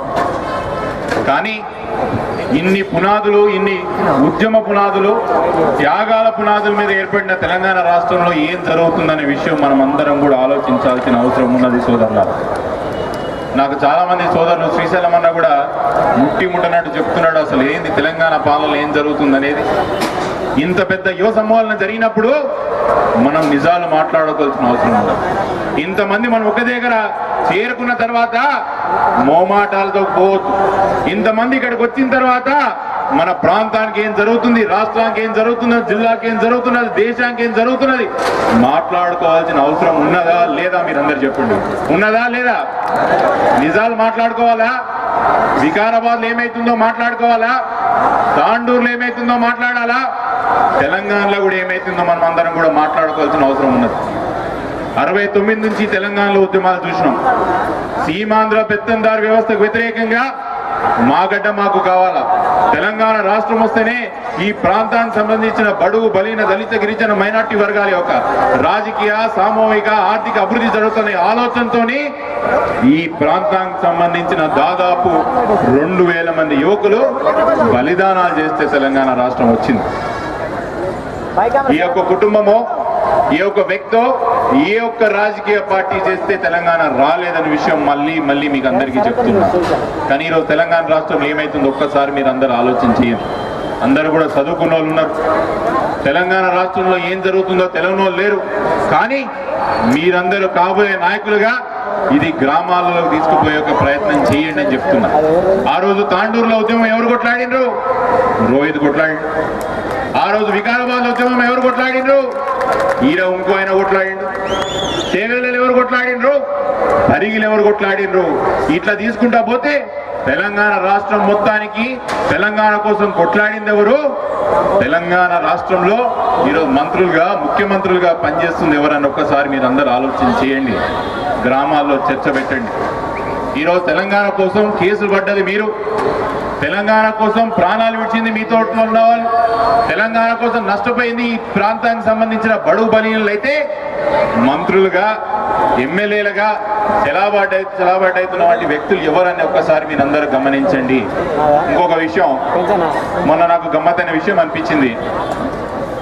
కొంతమంది మొన్న జరిగిన జూన్ 2 తెలంగాణ ఆవిర్భావ సభకి, దినోత్సవానికి ఆస్ట్రేలియా, అమెరికా పోయింది. మా రాయన్దార్ సంబంధించిన ఎమ్మెల్యే సాబ్ ఉన్నాడు. ఆయనకి తెలంగాణ అంటే ముఖ్యంగా రాయనిక కూడా రాదు. ఆయన తెలుగుదేశం పార్టీలో గెలిచి పోయిపోయి టీఆర్ఎస్ పార్టీలో చేరిండు. ఈయన తీసుకుపోయి సన్మానం చేస్తున్నారు ఆస్ట్రేలియాలో. తెలంగాణ కోసం కొట్లాడిన ఈయన కోసం. ఇట్లాంటి వాళ్ళు తెలంగాణలో పెద్దరికం చేస్తున్నారు. ఈరోజు ఒకసారి ఆలోచన చేయండి. శ్రీకాంత్ చార్ తల్లి ఏడున్నది, యాదిరెడ్డి తమ్ముడు ఏడున్నాడు, నిశాంక్ రెడ్డి తమ్ముడు ఏడున్నాడు. కానీ కేసీఆర్ ముఖ్యమంత్రి అయిండు, కేటీఆర్ మంత్రి అయిండు, కవితమ్మ ఎంపీ అయింది, హరీష్ రావు మంత్రి అయిండు. ఆఖరికి తెలంగాణ ఉద్యమానికి సంబంధం లేని యొక్క సంతోష్ రావు కూడా తీసుకెళ్లి తెలంగాణలో పెద్దల సభకు తీసుకుపోయినాక దౌర్భాగ్య పరిస్థితిలో తెలంగాణ రాష్ట్రంలో ఉన్నామంటే మనమందరం కూడా సిగ్గుతోని తలెంచుకోవాల్సిన పరిస్థితి వచ్చింది సోదరులు. తెలంగాణ మిగతా రాష్ట్రాలతో పోల్చలేం. మనకు ఆంధ్రప్రదేశ్కు ఒక సమానం కాదు, మనము మహారాష్ట్ర ఒక సమానం కాదు, మనం ఒడిశా ఒక సమానం కాదు. ఇక్కడ సీమాంధ్ర పెత్తందారు వ్యవస్థకు వ్యతిరేకంగా సీమాంధ్రులు మోచే నీళ్లతో తాగి మనం బతకలేము, మా ఆత్మగౌరవం మాకు కావాలని చెప్పి మనతో పనిచేసిన యువకులు చాలా మంది చనిపోయి చాలా దశాబ్దాల పరమైన ఉద్యమం కొట్లాడిన తర్వాత తెలంగాణ రాష్ట్రం వచ్చింది. ఇటువంటి తెలంగాణ రాష్ట్రంలో ఈరోజు పరిపాలిస్తున్నది ఎవరనే విషయం అందరూ కూడా ఒక్కసారి ఆలోచన చేయండి. కొత్తగా ఏమంటారు ఇప్పుడు, అరే మీకు కరెంట్ ఇస్తలేమా, రోడ్లు కడతలేమా, మీకు పెన్షన్లు ఇస్తలేమా? నేను ప్రశ్నిస్తున్నా, రోడ్లు ఈ ప్రభుత్వమే వేసిందా? ఈ ప్రభుత్వం పోయిన తర్వాత కొత్త రోడ్లు ఇయ్యరా? పెన్షన్లు ఈ ప్రభుత్వమే ఇచ్చిందా? ఈ ప్రభుత్వం పోయిన తర్వాత పెన్షన్లు ఇయ్యరా? సంక్షేమ పథకాలు ఏ ప్రభుత్వం వచ్చినా ఇస్తారు. ఈ ప్రభుత్వం కొత్తగా, ఒకప్పుడు పెన్షన్ 20 రూపాయలు ఉంటుండే, కాంగ్రెస్ ప్రభుత్వం వచ్చి 200 రూపాయలు చేసింది, దాని వీళ్ళు 1000 రూపాయలు చేసి రేపు ఇంకో ప్రభుత్వం వచ్చి ఇంకోటి చేస్తారు. సంక్షేమ పథకాలు ఏ ప్రభుత్వం వచ్చినా చేయాల్సిందే, అది ఎవరి ఘనత కాదు. కానీ తెలంగాణ రాష్ట్రంలో ముఖ్యమంత్రి గారు కేసీఆర్ గారు మీకు ఎవరి అధికారం ఇచ్చిండ్రు? నిన్ను పెద్దరికం చేయమని, నీ కొడుకును పెత్తనం చేయమని, నీ కూతురు పెత్తనం చేయమని, నీ అల్లుడిని పెత్తనం చేయమని, ఆఖరికి నీ సడ్డకుడు కొడుకుని కూడా మా మీద పెత్తనం చేయమని ఎవరు నీకు అధికారం ఇచ్చిండ్రని చెప్పి నేను ప్రశ్నిస్తున్నాను. మీరేమైనా ఇచ్చిర్రా? ఓట్లు వేసేటప్పుడు ఓటు వెనకాల రాసినామా కేసీఆర్ నీ ఇంటికి నీ మన్మడి వరకు అధికారం తీసుకోపోని? మనం ఎవరం కూడా ఇయలే. దీనికి వ్యతిరేకంగా కొట్లాడాలి సోదరులు. తెలంగాణలో పౌరుషాల గడ్డ, ముఖ్యంగా వికారాబాద్ గడ్డ పౌరుషాల గడ్డ. ఇక్కడ చెన్నారెడ్డి గారు తెలంగాణ ఉద్యమానికి పురుడు పోసిండ్రు. ఇక్కడ తెలంగాణ ఉద్యమం ఆఖరికి ఇందిరాగాంధీ లాంటి మహనీయులను కూడా వికారాబాద్ గడ్డకు తీసుకొచ్చిన అంటే ఒక శక్తి గల గడ్డ వికారాబాద్ తాండూరు ప్రాంతం. మనం ఆషామాషిగా తీసుకోవద్దు. రానున్న తెలంగాణ యొక్క ఎన్నికలు ఏదున్నా కూడా టీఆర్ఎస్ పార్టీకి, కేసీఆర్ కి, ముఖ్యమంత్రి గారికి వ్యతిరేకంగా కొట్లాడే ఒక బాధ్యత ప్రతి ఒక్కరి తెలంగాణ వాదన మీద ఉన్నది, తెలంగాణ సోదరుల మీద ఉన్నది. మీరందరూ గమనించండి. ఆఖరికి ఏం చెప్తాడు ముఖ్యమంత్రి గారు? గమ్మత్ అనిపిస్తుంది. ఒక విషయం చెప్తా, మా అమ్మమ్మలూరు తాండూరు మండలం కోట్ బాస్పల్లి. ఎవరున్నారా బాస్పల్లి వాళ్ళు? వచ్చిండ్రా? ఇడ వెరీ గుడ్. బాస్పల్లిలో మల్లయ్య అని ఒక పెద్ద మనిషి ఉన్నాడు. మాట్లాడదాం తమ్ముడు, కూర్చోండి. మల్లయ్య అని చెప్పి ఒక పెద్ద మనిషి ఉన్నాడు. మల్లయ్య పోయినసారి టీఆర్ఎస్ పార్టీ ఓటేసి కేసీఆర్ చెప్పిన మాటలన్నీ విన్నాడు. మొన్న దసరాకి చెప్పిండంట కేసీఆర్, ఇంకా నేను ఉద్యోగాలు ఇస్తున్నా, అన్ని ఒక నోటిఫికేషన్లు ఇస్తున్నా, డబుల్ బెడ్రూమ్ హౌస్ ఇస్తా అని చెప్పిండంట. అవన్నీ విన్నాడు ముఖ్యమంత్రి. మళ్ళీ ఏం చేసిండు? డైరెక్ట్ గా ఇక కేసీఆర్ చెప్పిండు కదా ఇప్పటికి ఎట్టగేళ్ళకి ఇస్తాడు, 4 ఏళ్ళు అయింది, ఎంఆర్ఓ ఆఫీస్కి పోయిండంట తెచ్చుకోనికి ఇవ్వని. ఎంఆర్ఓ ఆఫీస్కి అయిందంట మల్లయ్య. సారు కేసీఆర్ చెప్తున్నాడు ఆ డబుల్ బెడ్రూమ్ హౌస్ అని, గదేదో ఈ రాదంటే గదేం లేదు పో అన్నాడు. అరే నా మన్మడికి ఉద్యోగం అని అంటే గది కూడా ఏం లేదు పో అన్నాడు. అరే అది మిషన్ భగీరథ నీళ్ళ కాడికన్నా గవేమన్నా మా ఇంటి కాడికన్నా నల్లగా తొందరగా చెప్పి అంటే ఇవేవి కావు కానీ ఒక దూరంలో కట్టేసిన బర్రె కుట్టున్నా తీసుకుపోని చెప్పిండు. బాబు మల్లయ్య ఇక ఇట్లనే ఒట్టిచేది పోతే ఊర్లో ముసలి కొడుతుంది, ఇట్లా ఓలేం, కనీసం బర్రెని తీసుకుపోయినా ఏమన్నది ఇంట్లో పెళ్ళామని చెప్పి బర్రెని మంచిగా కొత్త గౌతులు అవన్నీ కట్టుకొని ఊరికి తీసుకుపోయింది బాస్పల్లికి తీసుకుపోయిన బర్రెని ఇంట్లో ముసలామెకి ఇచ్చి, ఇగో కొత్త బర్రె తెచ్చినా రేపు పొద్దున్న జున్నుపాలు పిండు ఇంటి పక్కల చుట్టూ అందరికి కూడా వంచుదామని చెప్పి పండుకున్నాడు. పొద్దుగా లేచిన తర్వాత ఈయన అందరికన్నా ముందు లేచి కూర్చున్నాడు. మళ్ళీ ఇక బర్రె పాలు వస్తే మనం ఇంటి చుట్టుపక్కల అందరికి వంచాలి. ముసలి కూడా చిన్న పొగాని తీసుకుపోయిందంట పాలు పిండుదామని. బర్రె చూసినా ఎంతగానో ఉన్నది, ఈ చిన్నది పొగాని ఏం సరిపోతా, పెద్ద బకెట్ తీసుకుపోని చెప్పిండు. సరే ముసలి పాపం మళ్ళీ చెప్తున్నాడు కదా బర్రె కూడా చుండికి పెద్దగా ఉన్నది, పెద్ద బకెటే తీసుకుపోయిండు. బకెట్ తీసుకుపోయి 2 నిమిషాలు తిరిగి వచ్చిందంట ముసలి కోపంగా తిరిగి. అరే పాలు పిండమంటే నువ్వు గుర్రున తిరిగి వచ్చినావు, నీకు పాలు పిండడానికి వస్తుందా రాదా అని మళ్ళీ అడిగింది. పాపం ముసలి సమాధానం చెప్పలేదు. 2వ అడిగి చెప్పలేదు. 3వసారి కోపం అడిగితే బకెట్ తీసి కాళ్ళకాడ కొట్టి ముసలి మళ్ళీ అడిగిందంట, దున్నపోతుకేండన పాలు వస్తాయా అని అడిగింది. ఈరోజు తెలంగాణలో పరిపాలన చూస్తుంటే దున్నపోతులు చూపించి అందరి ఓట్లు అడిగే ఒక పరిస్థితి తెలంగాణ రాష్ట్రంలో వచ్చింది. ముఖ్యమంత్రి ఏం చెప్పిండు? ఇంటింటికి ఉద్యోగం ఇస్తా అన్నాడు. తమ్ముడు వీడి వరకు ఉద్యోగం వచ్చిందా గవర్నమెంట్ కోలు అని నేను అడుగుతుంది. డబుల్ బెడ్రూమ్ హౌస్ ఇస్తా అన్నాడు. వికారాబాద్ లో ఏంటన్నా డబుల్ బెడ్రూమ్ హౌస్ నాకు చూపిస్తే ఈడికే హైదరాబాద్ వరకు ముక్కు నెలకు రాస్తాను. ఏమన్నాడు? ఇంటింటికి ఏమన్నాడు? ఇంటింటికి నల్ల ఇస్తా అన్నాడు. ఇంటింటికి నల్ల వచ్చిందా నేను అడుగుతున్నా. ఏమొచ్చింది తెలుసా? ముఖ్యమంత్రి అయ్యిండు. సినిమా వాళ్ళతో తిరిగినీకి కేటీఆర్ మంత్రి అయ్యిండు. ఢిల్లీలో విహారయాత్రలు చేయనీకి కవితమ్మ ఎంపీ అయ్యింది. కమిషన్లు తీసుకోనీకి హరీష్ రావు మంత్రి అయ్యి ఆఖరికి కేసీఆర్ కి మందు బాటిల్ ఎంత వేసుకుపోనీకి సంతోష్ రావు ఎంపీ కూడా అయ్యి. మనం ఏడున్నాం? ఇంకా ఈయనే ఉన్నాం. ఇట్లనే మాట్లాడాలి. సోదరులారా, ఒక విషయం గుర్తుపెట్టు. ఎన్నికలు చాలా వస్తాయి పోతాయి. చాలా ఎన్నికలు చాలా విధానాల కోసం కొట్లాడొచ్చు.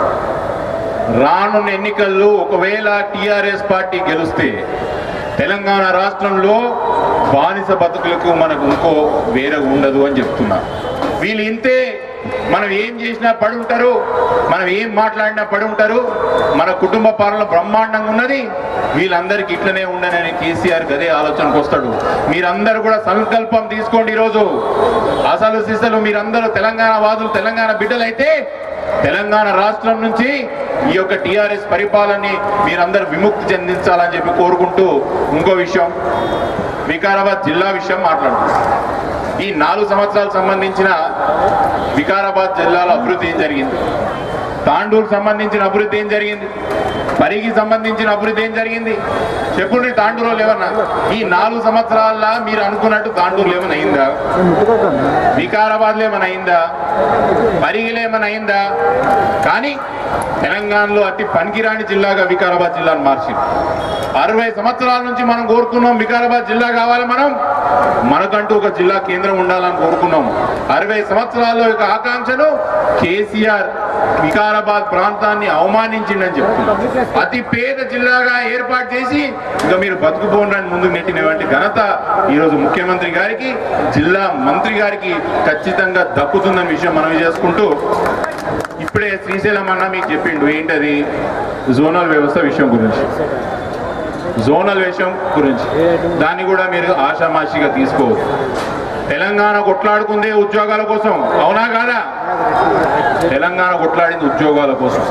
ఒకవేళ మన జోన్ తీసుకుపోయి జోగులాంబ జోన్లు వేస్తే, మన ప్రాంతాన్ని తీసుకుపోయి జోగులాంబ జోన్లు వేస్తే మనకు ఉద్యోగాలు కాపాడు. కానీ కనీసం ట్రాన్స్ఫర్లో కూడా మనకి ఎటువంటి స్థానం ఉండదని గుర్తిస్తూ ఇప్పటికే చాలా ఆలస్యమైంది. నేను ఈ వేదిక మీద నుంచి మళ్ళొకసారి రోహిత్కే కానీ యంగ్ లీడర్ సంబంధించిన నాయకులందరికీ కూడా ఒక సూచన చేస్తున్నాను. మీ పోరాటం హర్షణీయం. నేనేనాడు కూడా మీలాంటి ఆర్గనైజేషన్లో గ్రామాల్లో పనిచేయడం నేను చూడలేదు. మీ యొక్క శక్తిని వృధా పోనీయకండి. మీరు పడుతున్న వంటి కష్టాన్ని ఏడో కదే అర్థం ఉండాలి. ఈరోజు మనమందరం ఏకాకృతమై, మీకు మోమాటాలు ఉండొచ్చు కానీ మనమందరం కూడా టీఆర్ఎస్ పార్టీ మీద పోరాటం చేయాలా. నేను ఈ వేదిక మీదకెళ్ళి పత్రికే సోదరులు కూడా రాసుకోవాలా. ఈ వేదిక మీదకెళ్ళి తమ్ముడు రోహిత్ని కాంగ్రెస్ పార్టీలోకి రా తమ్ముడా, ఇద్దరం కలిసి కొట్లాడదాం, ఈ యొక్క పరిపాలన అంతం చూద్దామని చెప్పి కూడా అందరికీ కూడా మనవి చేసుకుంటూ, ఆలస్యమైంది, జాగ్రత్తగా అందరు ఇంటికి పోండి. నేను చెప్పింది ఒక్కటి కూడా మర్చిపోకండి. కొట్లాట మనకు, మన తెలంగాణ కోసం, మరో ఉద్యమం కోసం ఈరోజు పంచాయతీ కేసీఆర్ కుటుంబంతోనే ఆ విషయం మర్చిపోద్దని చెప్పి మనవి చేసుకుంటూ అవకాశం ఇచ్చిన సోదరులందరికీ కూడా కృతజ్ఞతలు తెలియజేస్తున్నాను.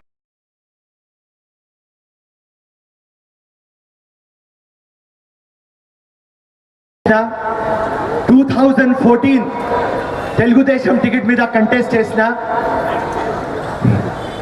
ఇవాళ మీ ముందు తెలుగులో మాట్లాడుతున్నా. ఏదైనా తప్పు అయితే క్షమించాలి.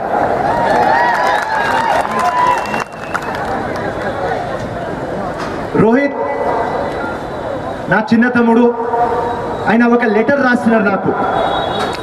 ఫిరోజ్ అన్న మా వికారాబాద్ వచ్చి మా యంగ్ లీడర్స్కి మీ రియల్ స్టోరీ చెప్పాలి. ఆ రియల్ స్టోరీ చెప్పడానికి మీ ముందు వచ్చినాను. ఇవాళ నా బ్యాక్గ్రౌండ్, నేను ఒక ఇంజనీర్ కొడుకు.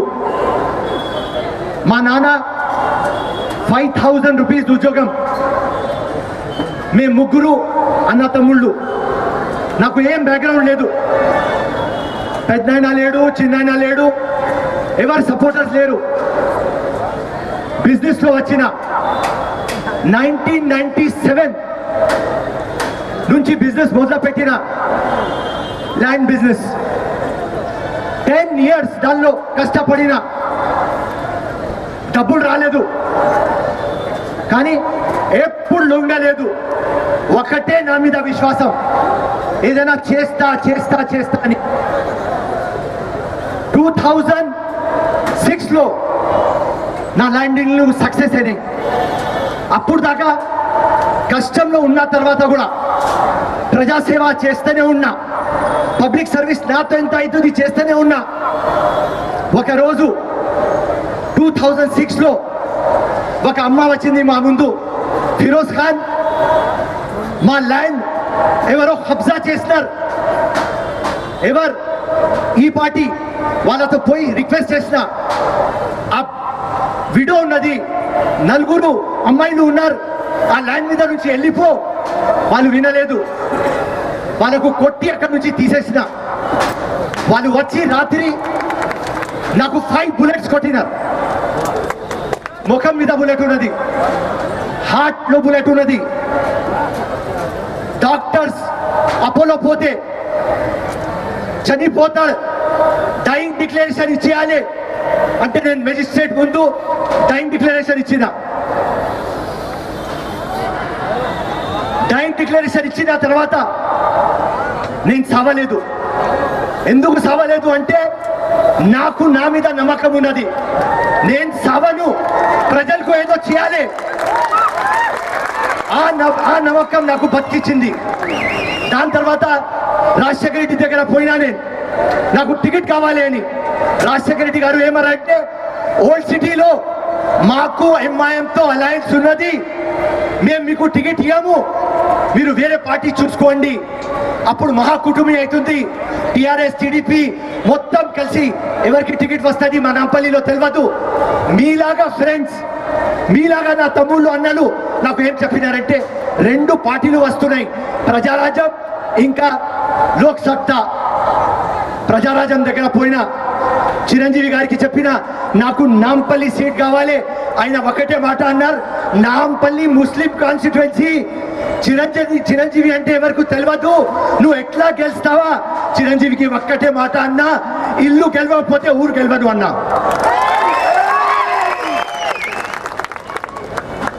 ఆయన ఆ మాట విని ఎవరో చెప్పినారా ఆయనకు, ఆ 5 bullets తగిలినాయి ఇట్లా ఇట్లా. అరే గట్టిగా ఉన్నాడు భయ్ సాహిబు, ఇచ్చేస్తాం టికెట్. ఆయన ఇచ్చేస్తారు. ఇప్పుడు వస్తున్నా, ఈ మొత్తం ఎందుకు చెప్పినా అంటే, యంగ్ లీడర్స్ కి ఈ మాట చెప్పాలి అని రోహిత్ గారు నాకు ఇక్కడ పిలిపించినారు.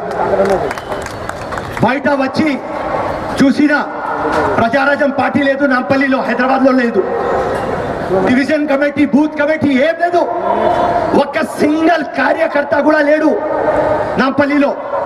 అప్పుడు నేను మా తమ్ముళ్లకు పిలిపించి, యూత్ కి తీసుకురా, ఫిరోజ్ ఖాన్ టీం చేద్దాం, ఈ ఫిరోజ్ ఖాన్ టీమే ఎలక్షన్ కంటెస్ట్ చేస్తుంది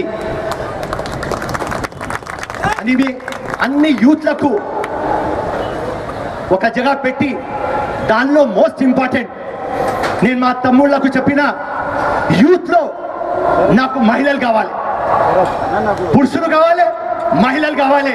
ఎందుకంటే మహిళలు అంటే పవర్. మా బేగా చెప్పింది కదా ఇప్పుడు, మహిళలు అంటే పవర్. నాకు తెలిసింది ఒకటే, ఎవరు దేవుడు ఉన్నాడు నాకు తెలియదు, కానీ నాకు దేవుడు నా అమ్మ, దానికంటే పవర్ఫుల్ జీవితంలో ఎవరు లేదు. అందరు యువకులకు నేర్పించిన, మహిళలో అమ్మ కనిపిస్తుంది, గౌరవిస్తాం, అక్క కనిపిస్తుంది, ఆదరిస్తాం, చెల్లెలు కనిపిస్తుంది, భరోసా ఇస్తాం. అట్లా యూత్ కి పెట్టి వాళ్ళకు నేర్పించిన రోహిత్ గారు, ఈ సజెషన్ మీరు తీసుకోవాలి. మొత్తం మా నాంపల్లిలో 2009 ఎలక్షన్ రిజల్ట్ చెప్తా, ఇప్పుడు 2014 రిజల్ట్ చెప్తా. యూత్ కి మొత్తం నేర్పించిన, పోలీస్ స్టేషన్ లో ఎఫ్ఐఆర్ ఎట్లా చేయాలి, మున్సిపల్ ఆఫీస్ లో పైరవి ఎట్లా చేయాలి, ఎంఆర్ఓ ఆఫీస్ పోయి ఎట్లా స్కీమ్స్ కి ముందు తీసుకుపోవాలి, హాస్పిటల్లకు ఎట్లా పోవాలి, లోన్లు ఎట్లా చేయాలి, మొత్తం మా టీంకి నేర్పించిన నాంపల్లిలో నా సొంత యూత్ టీం 3000 మంది ఉన్నారు.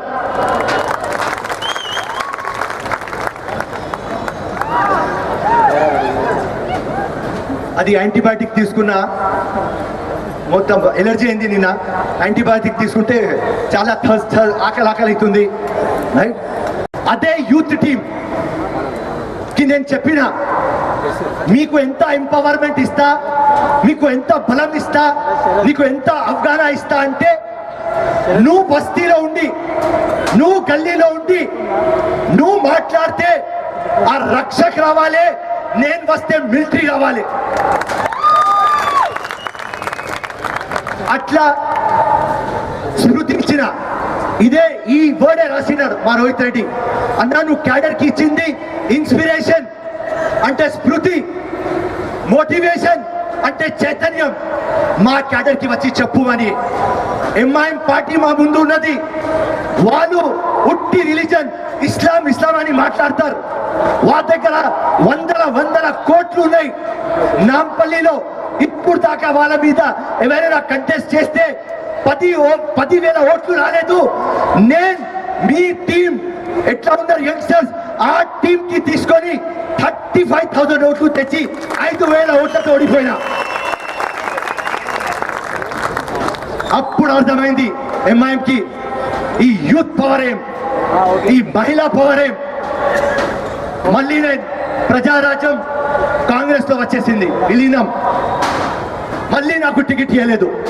మళ్ళీ ఆ అలయన్స్ లో అసదుద్దీన్ ఓవైసీ పోయి కూర్చొని హైకమాండ్ దగ్గర నాకు టికెట్ ఇవ్వద్దు. అక్కడి నుంచి మళ్ళీ కేసీఆర్ దగ్గర పోయినా, అక్కడ కూడా అసదుద్దీన్ వచ్చేసారు. ఇండిపెండెంట్ కంటెస్ట్ చేద్దాం, ఎందుకంటే నా దగ్గర మీరు ఉన్నారు కాబట్టి ఇండిపెండెంట్ కంటెస్ట్ చేద్దామంటే మళ్ళీ నా పేరు ఫిరోజ్ ఖాన్ పేరు క్యాండిడేట్లు పెట్టేస్తారు. నాకు ఎక్కడ కనిపించలేదు దారి. చంద్రబాబు దగ్గర పోయి టికెట్ తీసుకువచ్చిన. మా నాంపల్లిలో కూడా చంద్రబాబు తెలుగుదేశం ఏం లేదు.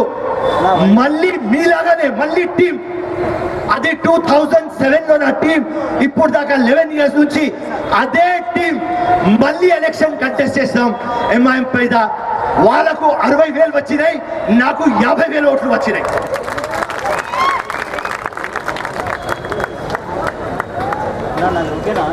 ఇలా బీజేపీ గురించి అనాలి, టిఆర్ఎస్ గురించి అనాలి, మా కాంగ్రెస్ పార్టీ గురించి అనాలి అంటే నాకు 2 days ఇవ్వాలి, అంతా చెప్తా నేను.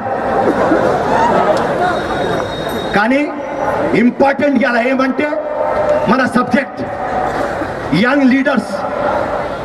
ఇలా మీకు నేను ఒక స్మృతి, నేను 100 రూపాయల నుంచి ఇక్కడ దాకా వచ్చినా, నేను వస్తే మీరు అందరు రాగలరు అని చెప్తున్నా. ఎప్పుడు లొంగవద్దు. మన దగ్గర మన పవర్ ఉన్నది, ఆ పవర్ కి యూజ్ చేయండి. బర్నింగ్ ఇష్యూస్ మాట్లాడండి, జనాల్లో పోండి. లే మాతో కాదు, ఇవాళ ఇట్లా మీటింగ్ కి వస్తారు, 2-3 days తర్వాత మనతో కాదు, ఒక వారం తర్వాత మనతో కాదు. మళ్ళీ అరే అవతల వాడు దొంగ, ఆ గవర్నమెంట్ దొంగ, ఆ ఎమ్మెల్యే దొంగ, ఆ ఎంపీ దొంగ. అరే నువ్వు పని చేస్తలేవు, నువ్వే పెద్ద దొంగ. ఒక చాయ్ అమ్మే వ్యక్తి ప్రధానమంత్రి అవుతాడు. ఇది బ్యూటీ ఆఫ్ అవర్ కాన్స్టిట్యూషన్. మీరు స్మృతి ఎక్కడి నుంచి తీసుకోవాలి అంటే, ఒక సోల్జర్ ఎల్ఓసి దగ్గర ఒక సోల్జర్ ఉంటాడు. అమ్మ, అక్క, పిల్లలు, భార్య అందరికి ఇచ్చేసి మన కోసం ఒక 20-30 వేలు జీతం 2 సార్లు 4 సంవత్సరం అక్కడనే ఉంటాడు. ఫ్యామిలీకి చూడరు. పొలిటీషియన్స్ నా ముందు అంటారు, అరే ఫిరోజ్ బస్ యాత్ర పోయినా 10 days తో 20 days తో, జగన్ అక్కడ 150 days. అరే అన్న, రాత్రి వచ్చి నువ్వు భార్యతో కలుస్తావని పిల్లలతో, ఈ సోల్జర్ ఎవరితో కలవడు కదా. అట్లాంటి రావాలి మీ దగ్గర, అప్పుడే మార్పు వస్తుంది. మార్పు చెప్తే రాదు. మార్పు కోసం బలిదానం కావాలి. అందరికి కీర్తి కావాలి, అందరికి లక్ష్మి కావాలి. కానీ ఎవరు ఆనెస్ట్ ఉండరు, ఎవరు బలిదానం ఇయ్యరు ఇంటి దగ్గర కూర్చుంది రావాలి ఎట్లా వస్తుంది ఆ మార్పు కోసమే మన ఇంత కష్టపడి ఈ మీటింగ్ ऑर्गेनाइज చేస్తారు मैं तहे दिल से रोहित आपको मुबारकबाद देता हूं पहली मीटिंग है मगर ये जीत की निशानी है और पूरे यंगस्टर्स और उससे पहले मैं मुसलमान भाइयों को रमजान की मुबारकबाद देता हूं ये मुकद्दस महीने में आप लोग के पूरे दुआएं कबूल होना रोहित रेड्डी को जन्मदिन की मुबारकबाद देता हूं और ये उम्मीद करता हूं ये आशा ना दिख रहा మీరందరూ పైకి రావాలి రావాలి అంటే ఈ ఆర్గనైజేషన్లో వెళ్ళిపోండి పూర్తిగా నేర్చుకోండి లీడర్ తిరిగే అవసరం లేదు ఆఫీసర్స్ పని చేయాలి మన సిస్టమ్ అట్లా ఉన్నది సిస్టమ్ నేర్చుకోండి ఒక టీం తయారు కాండి దాని తర్వాత ఎలక్షన్లు అన్ని కంటెస్ట్ చేయవచ్చు మీరు ఒక లాస్ట్ మాట చెప్పి నేను బంద్ చేస్తా ఒక మళ్ళీ మీకు ఒక స్మృతి ప్రజారాజ్యంతో ఎలక్షన్ కంటెస్ట్ చేసిన తర్వాత सबसे पहले खुशी इस बात की है कि मैं पूरे भारत में प्रवास करता हूं कई संगठन मैंने देख चुका है पर इतना यूनिक इतना इंस्पिरेशन देने वाले एक नाम कोई संगठन का है वो यंग लीडर्स का है ऐसा कोई दूसरा संगठन मैंने देखा नहीं इतना प्यारा सा नाम इतना इंस्पिरेशन देने वाला नाम यंग लीडर्स दो शब्द एक साथ यंग और लीडर्स युवा और नेतृत्व दोनों एक साथ और उस टीम को भी मैं देख रहा हूं सारे युवा हैं युवा शक्ति झलकता है उनमें इसके लिए रोहित जी और उनकी टीम को फिर से मैं धन्यवाद देना चाहता हूं मेरे को इस कार्यक्रम में बुलाने के लिए और मेरे सामने जो बैठे हजारों लोग सारे युवा हैं युवा शक्ति है विकाराबाद का युवा शक्ति मेरे सामने बैठे हैं फिर से आप सबको धन्यवाद और नमस्कार देता हूं आज का विषय मेरे पहले बहुत सारे कई महान हस्तियों ने विषय रखा कि राजनीति और युवा बहुत महत्वपूर्ण विषय है और ये वाक्य जो है शब्द जो है युवा मेरे बचपन में मैंने एक मूवी देखा था साउथ का एक डायरेक्टर मणिरत्नम जी ने मूवी बनाया था युवा वो तमिल में भी बना था मुझे मालूम नहीं तेलुगु में आया कि नहीं आया पर हिंदी में था युवा तो बचपन में जब हम लोग कॉलेज के टाइम में मूवी देखते थे बहुत इंस्पायर होकर के राजनीति में जाने का मन करता था पर उस ఏమైందన్నా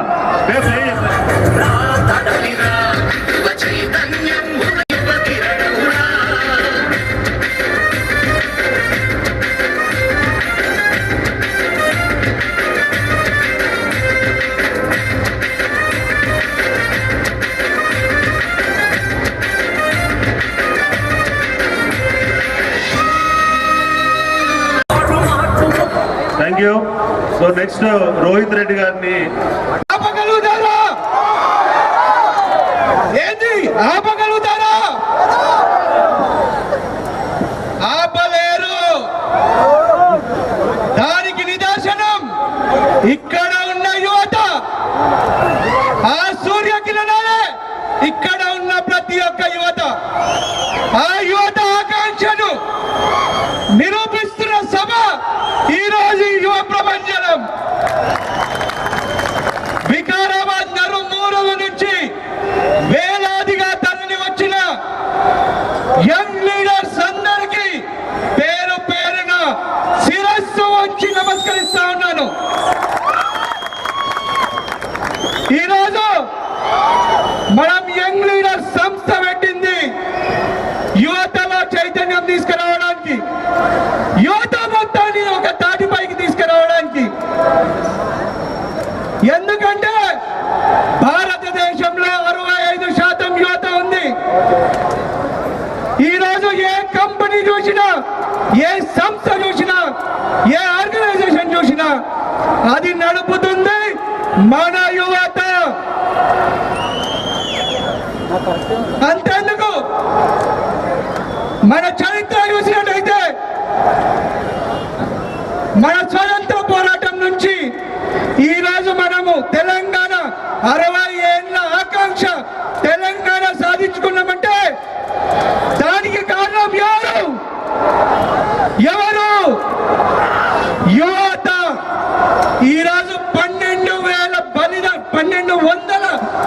వాగ్దానాలు ఇస్తే యువత ఈరోజు మనం తెలంగాణ సాధించుకున్నాం.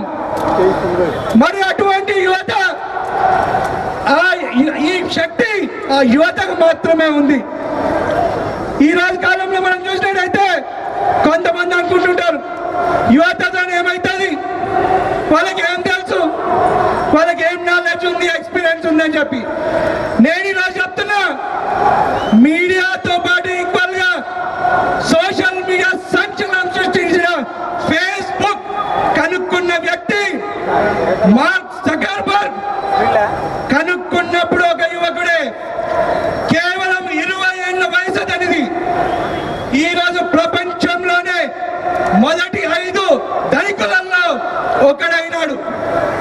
అది యువత పవర్, అది యువత ఆలోచన శక్తి. ఈరోజు ఇక్కడ మీరు చూసినట్టయితే ఇన్ని ఫ్లెక్స్లు పెట్టడం జరిగింది. ఆ ప్రతి ఫ్లెక్స్ కూడా ఒక యువ ప్రపంచనానికి నిదర్శనం.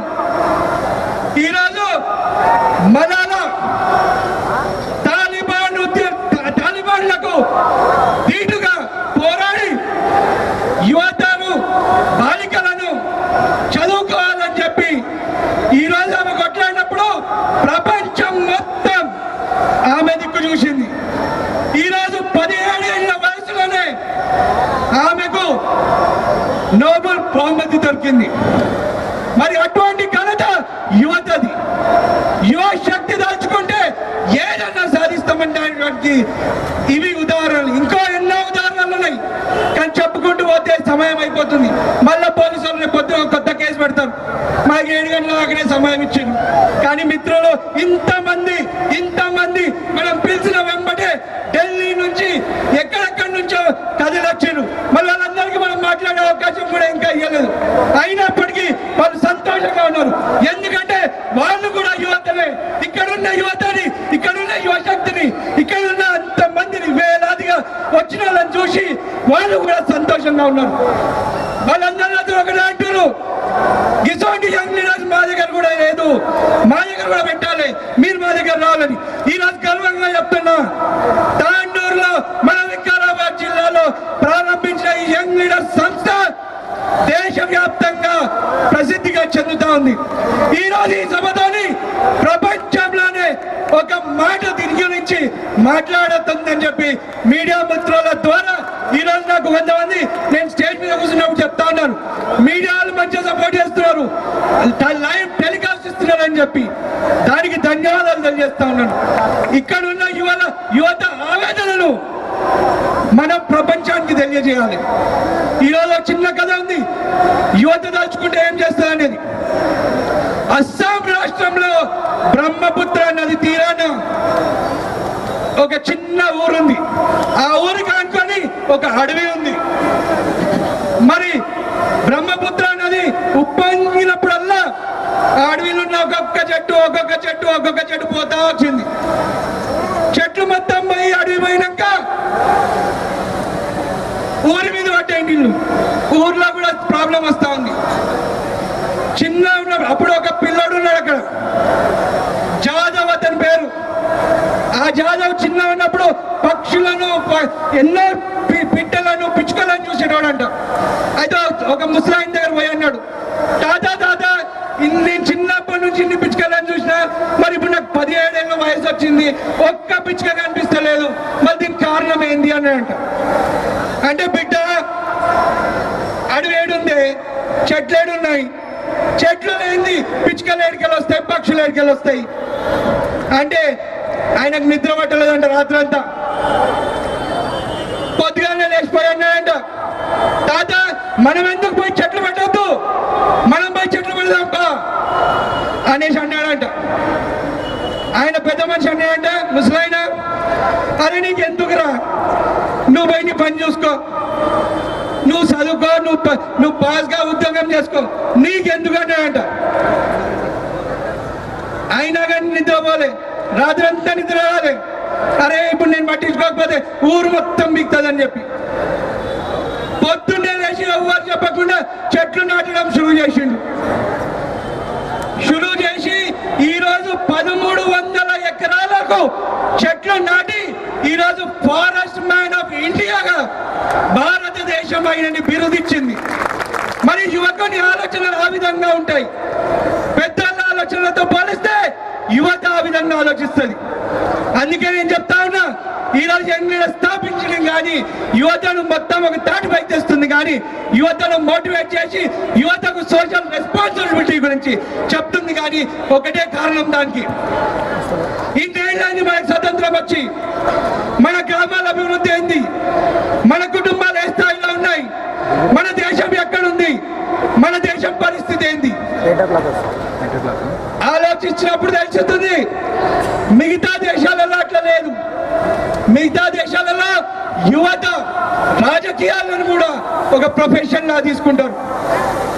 ఈరోజు మన దగ్గర మాత్రం ఒక స్కూల్లో ఎవరినన్నా, ఒక కాలేజీలో ఎవరినన్నా అడిగితే మీరేమవుతారంటే నేను టీచర్ని అవుతా, డాక్టర్ని అవుతా, ఇంజనీర్ అవుతా అంటారు. ఏ ఒక్కరన్నా నేను రాజకీయ నాయకుడిని అవుతానని అన్నారా? యువత ఎప్పుడైతే రాజకీయాలకు వస్తుందో అప్పుడే దేశం బాగుపడుతుంది, అప్పుడే గ్రామాలు అభివృద్ధి చెందుతాయి, అప్పుడే మన కుటుంబాలు బాగుపడతాయి.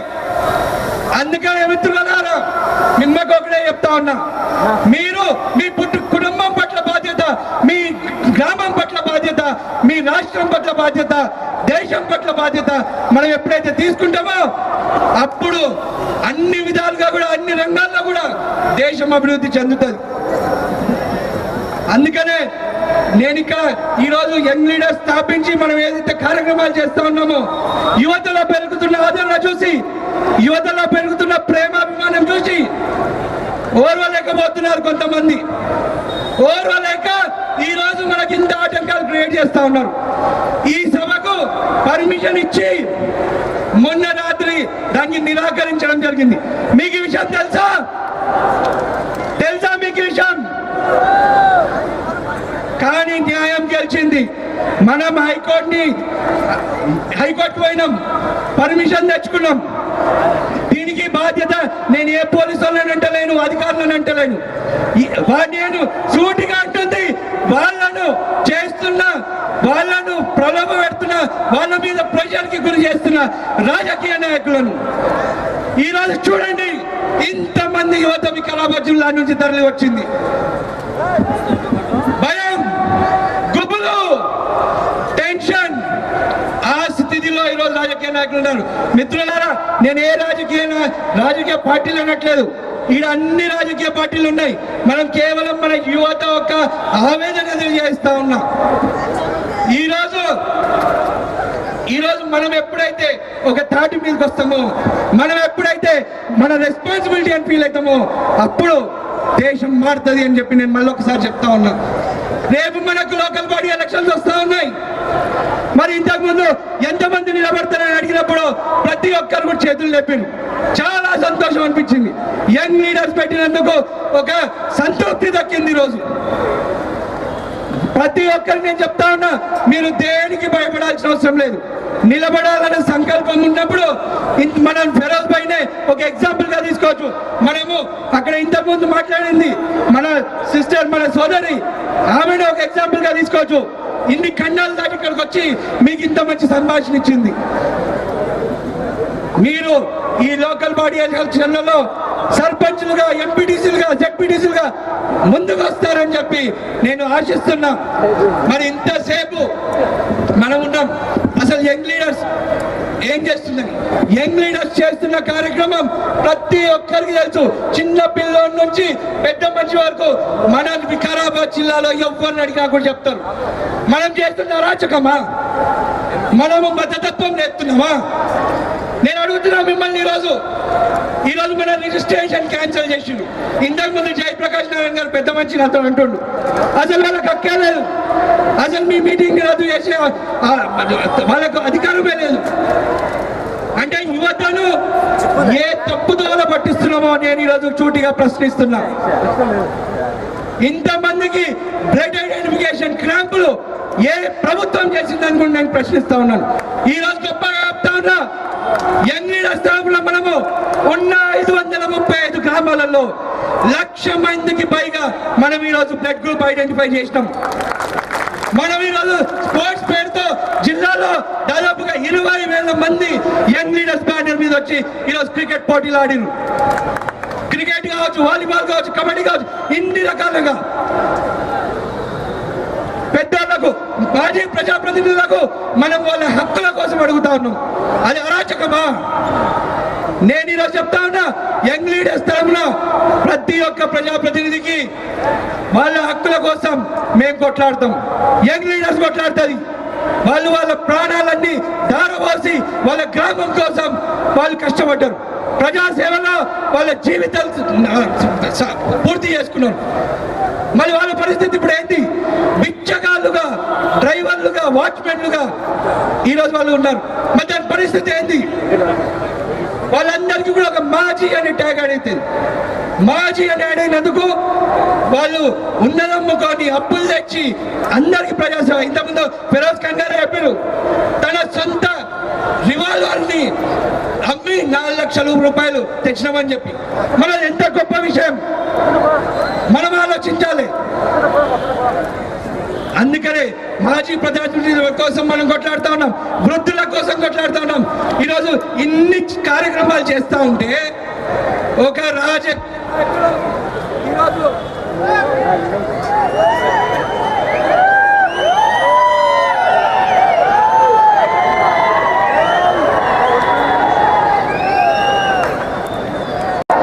సమయం చాలా అయింది. మరి ఇంతమంది వివిధ ఊర్లకు పోవాలి కాబట్టి మీరు వచ్చినందుకు ప్రతి ఒక్కరికి ధన్యవాదాలు తెలియజేస్తూ, అదేవిధంగా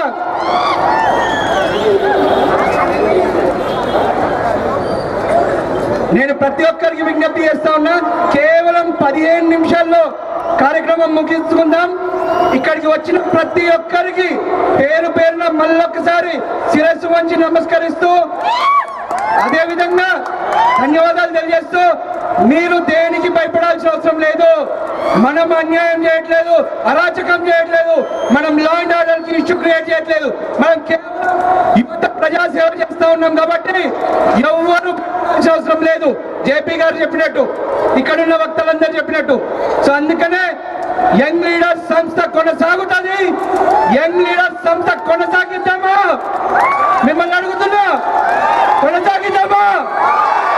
కొనసాగుతుంది అని నేను చెప్పి మీకు మాటిస్తూ, ఈసారి యువ ప్రపంచాన్ని రాష్ట్ర వ్యాప్తంగా మనం క్రియేట్ చేస్తామని చెప్పి తెలియజేస్తూ, వచ్చిన ప్రతి ఒక్కరికి ధన్యవాదాలు తెలియజేస్తూ, వచ్చిన గెస్ట్ అందరికీ కూడా ధన్యవాదాలు తెలియజేస్తూ ముగిస్తా ఉన్నాను.